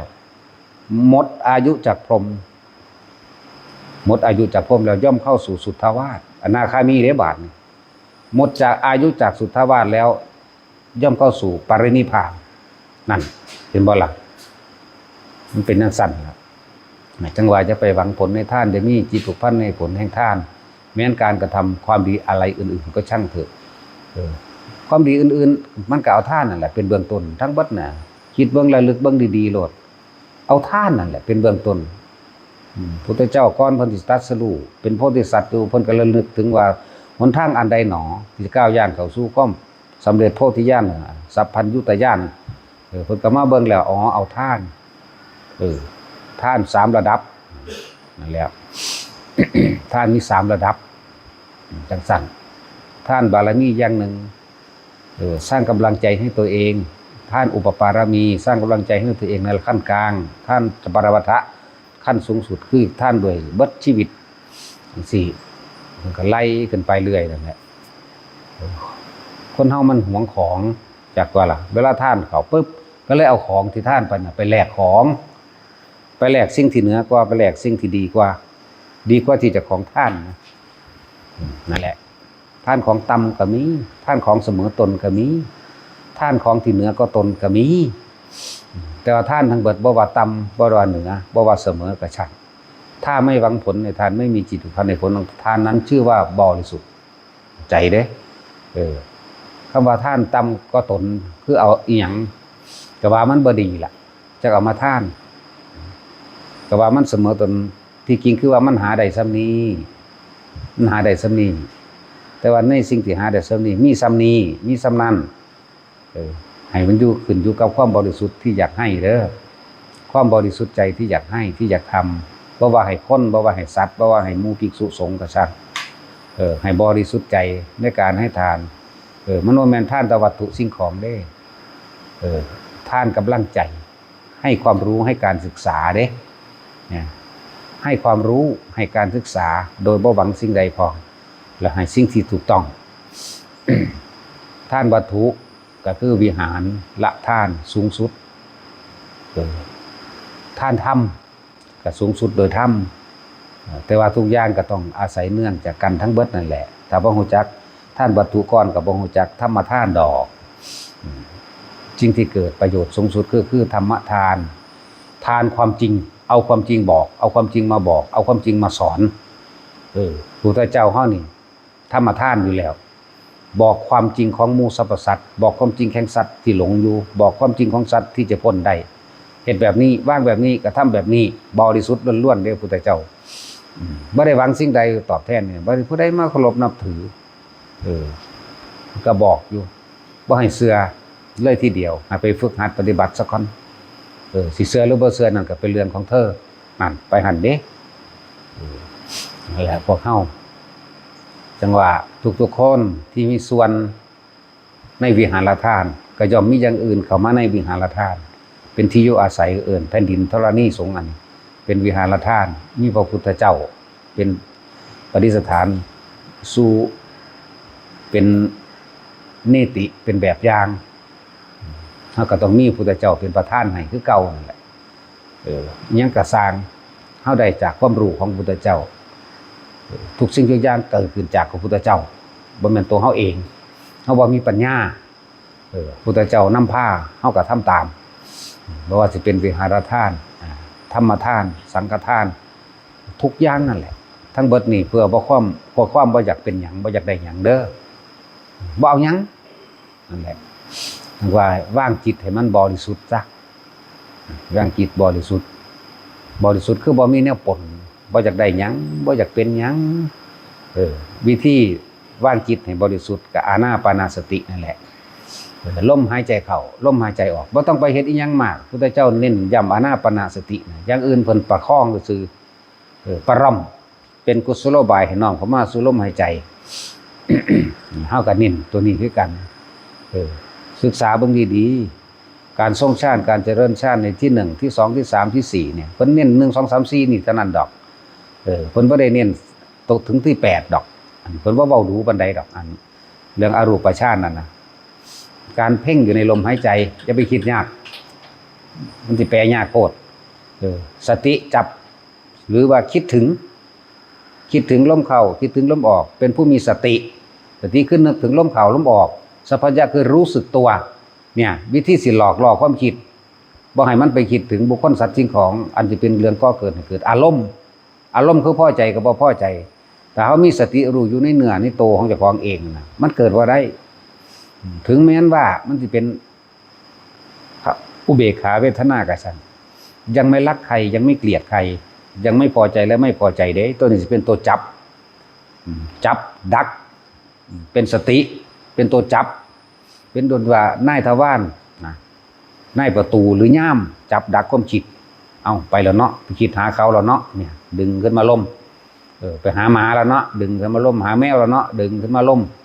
นั่นแหละแล้วระลึกนึกถึงลมหายใจตราบใดที่เฮายังมีลมหายใจกับมีความรู้สึกตัวของตัวเองอยู่พบอันอื่นเกิดบ่ได้ดอกล้วนแล้วแต่สิเป็นเหตุเป็นปัจจัยไปสู่ปรินิพพานเบิดนั่นแหละการเข้าสู่ลมหายใจตัวนี้ เพิ่นก็บอกไว้แจ้งแล้วล่ะอีหยังคือดีท่านถึงพระนิพพานได้ก็อธิบายไปแล้วเข้าใจว่าล่ะแล้วเฮามาฟังธรรมแบบนี้ฟังซ้ำๆบ่เข้าใจก็เกิดความเข้าใจกระจ่างแจ้งขึ้นเมื่อกระจ่างแจ้งขึ้นแล้วก็เกิดสติระลึกนึกถึงอันลมหายใจตัวเองดูเข้าบ่อยๆมากๆดูเข้าเกิดความเคยชินแต่มันนั่นสิเห็นดอกเห็นในตัวเองนั่นแหละ สติระลึกนึกถึงลมเข้าลมออกเกิดอาการปิติเกิดขึ้นนั่นแหละปฐมฌานนั่นเป็นผู้มีสุขอยู่ในปฐมฌานมาเป็นผู้มีสุขอยู่ในทุติยฌานปิติเกิดขึ้นเป็นเอกคตาจิตนั่น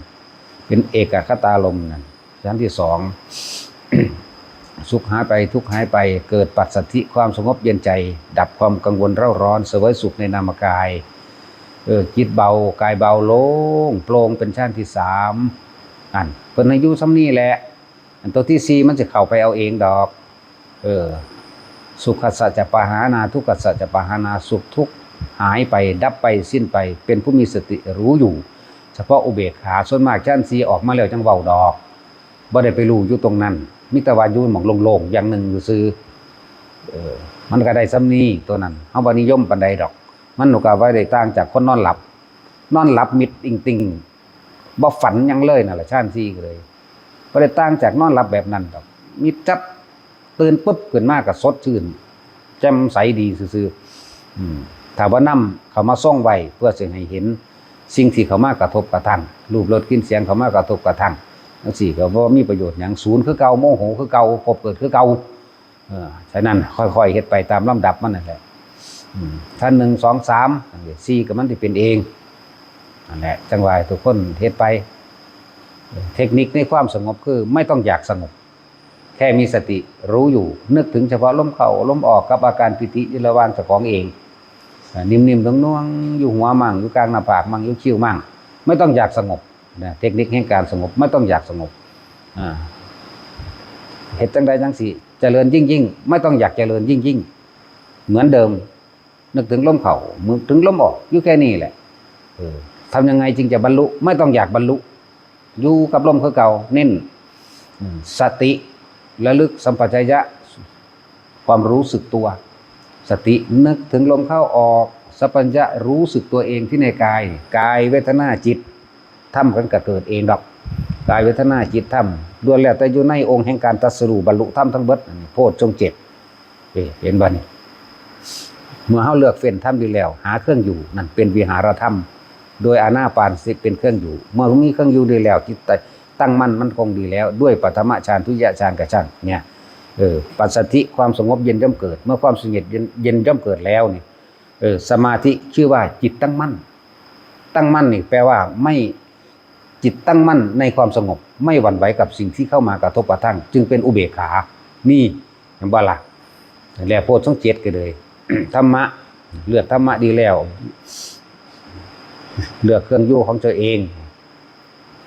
เลือกหยังเลือกลมหายใจเขาออกก็เกิดปัสสัทธิปิติปัสสัทธิปิติเกิดที่กายทำความรู้สึกทางกายว่าเป็นคนลุกมั่งเป็นนั่นเป็นนี่มั่งว่าปิติเกิดที่กายแล้วปัสสัทธิความสงบเย็นย่อมเกิดมันก็เกิดตัวมันบ่ไปคิดถึงไผมันอยู่ในลมของเจ้าของเองปัสสัทธิเกิดเมื่อปัสสัทธิสมาธิเกิดสมาธิจิตตั้งมั่นไม่หวั่นไหวเมื่อจิตตั้งมั่นไม่หวั่นไหวแล้วอุเบกขาเกิดอุเบกขาเกิดคือสิ่งทั้งหลายทั้งปวงเมื่อเข้ามากระทบแล้วไม่หวั่นไหวเลยสมาธินั่นแหละเนี่ยมันก็ร่วมโตอยู่นี่นั่นแหละเวลามันดับมันก็ดับแบบนั้นแหละแต่ว่าล่ะมันบ่แม่นว่าต้องอย่างนั้นต้องอย่างนี้ดอกนั่นแหละมันเข้ามากระทบกระทั่งเพราะว่าเฮารู้โทษรู้ภัยของมันแล้วในการคิดรู้โทษรู้ภัยในการนึกอยากให้ผู้นั้นเป็นสั่นจังซี่รู้โทษรู้ภัยมันแล้วเมื่อรู้โทษรู้ภัยแล้วเริ่มมาอยู่กับตัวเองมากๆต่อไปเรื่อยๆครับเขาว่าอุเบกขาสิ่งใดสิ่งหนึ่งเข้ามากระทบแล้วจิตไม่หวั่นไหวไม่คิดไม่นึกไม่ความจากใดทั้งใจอารมณ์เกิดไม่ได้พอใจกับไม่พอใจดับไปเป็นอุเบกขาเนี่ยแหละทุกคนไปเฮ็ดเอาว่าละ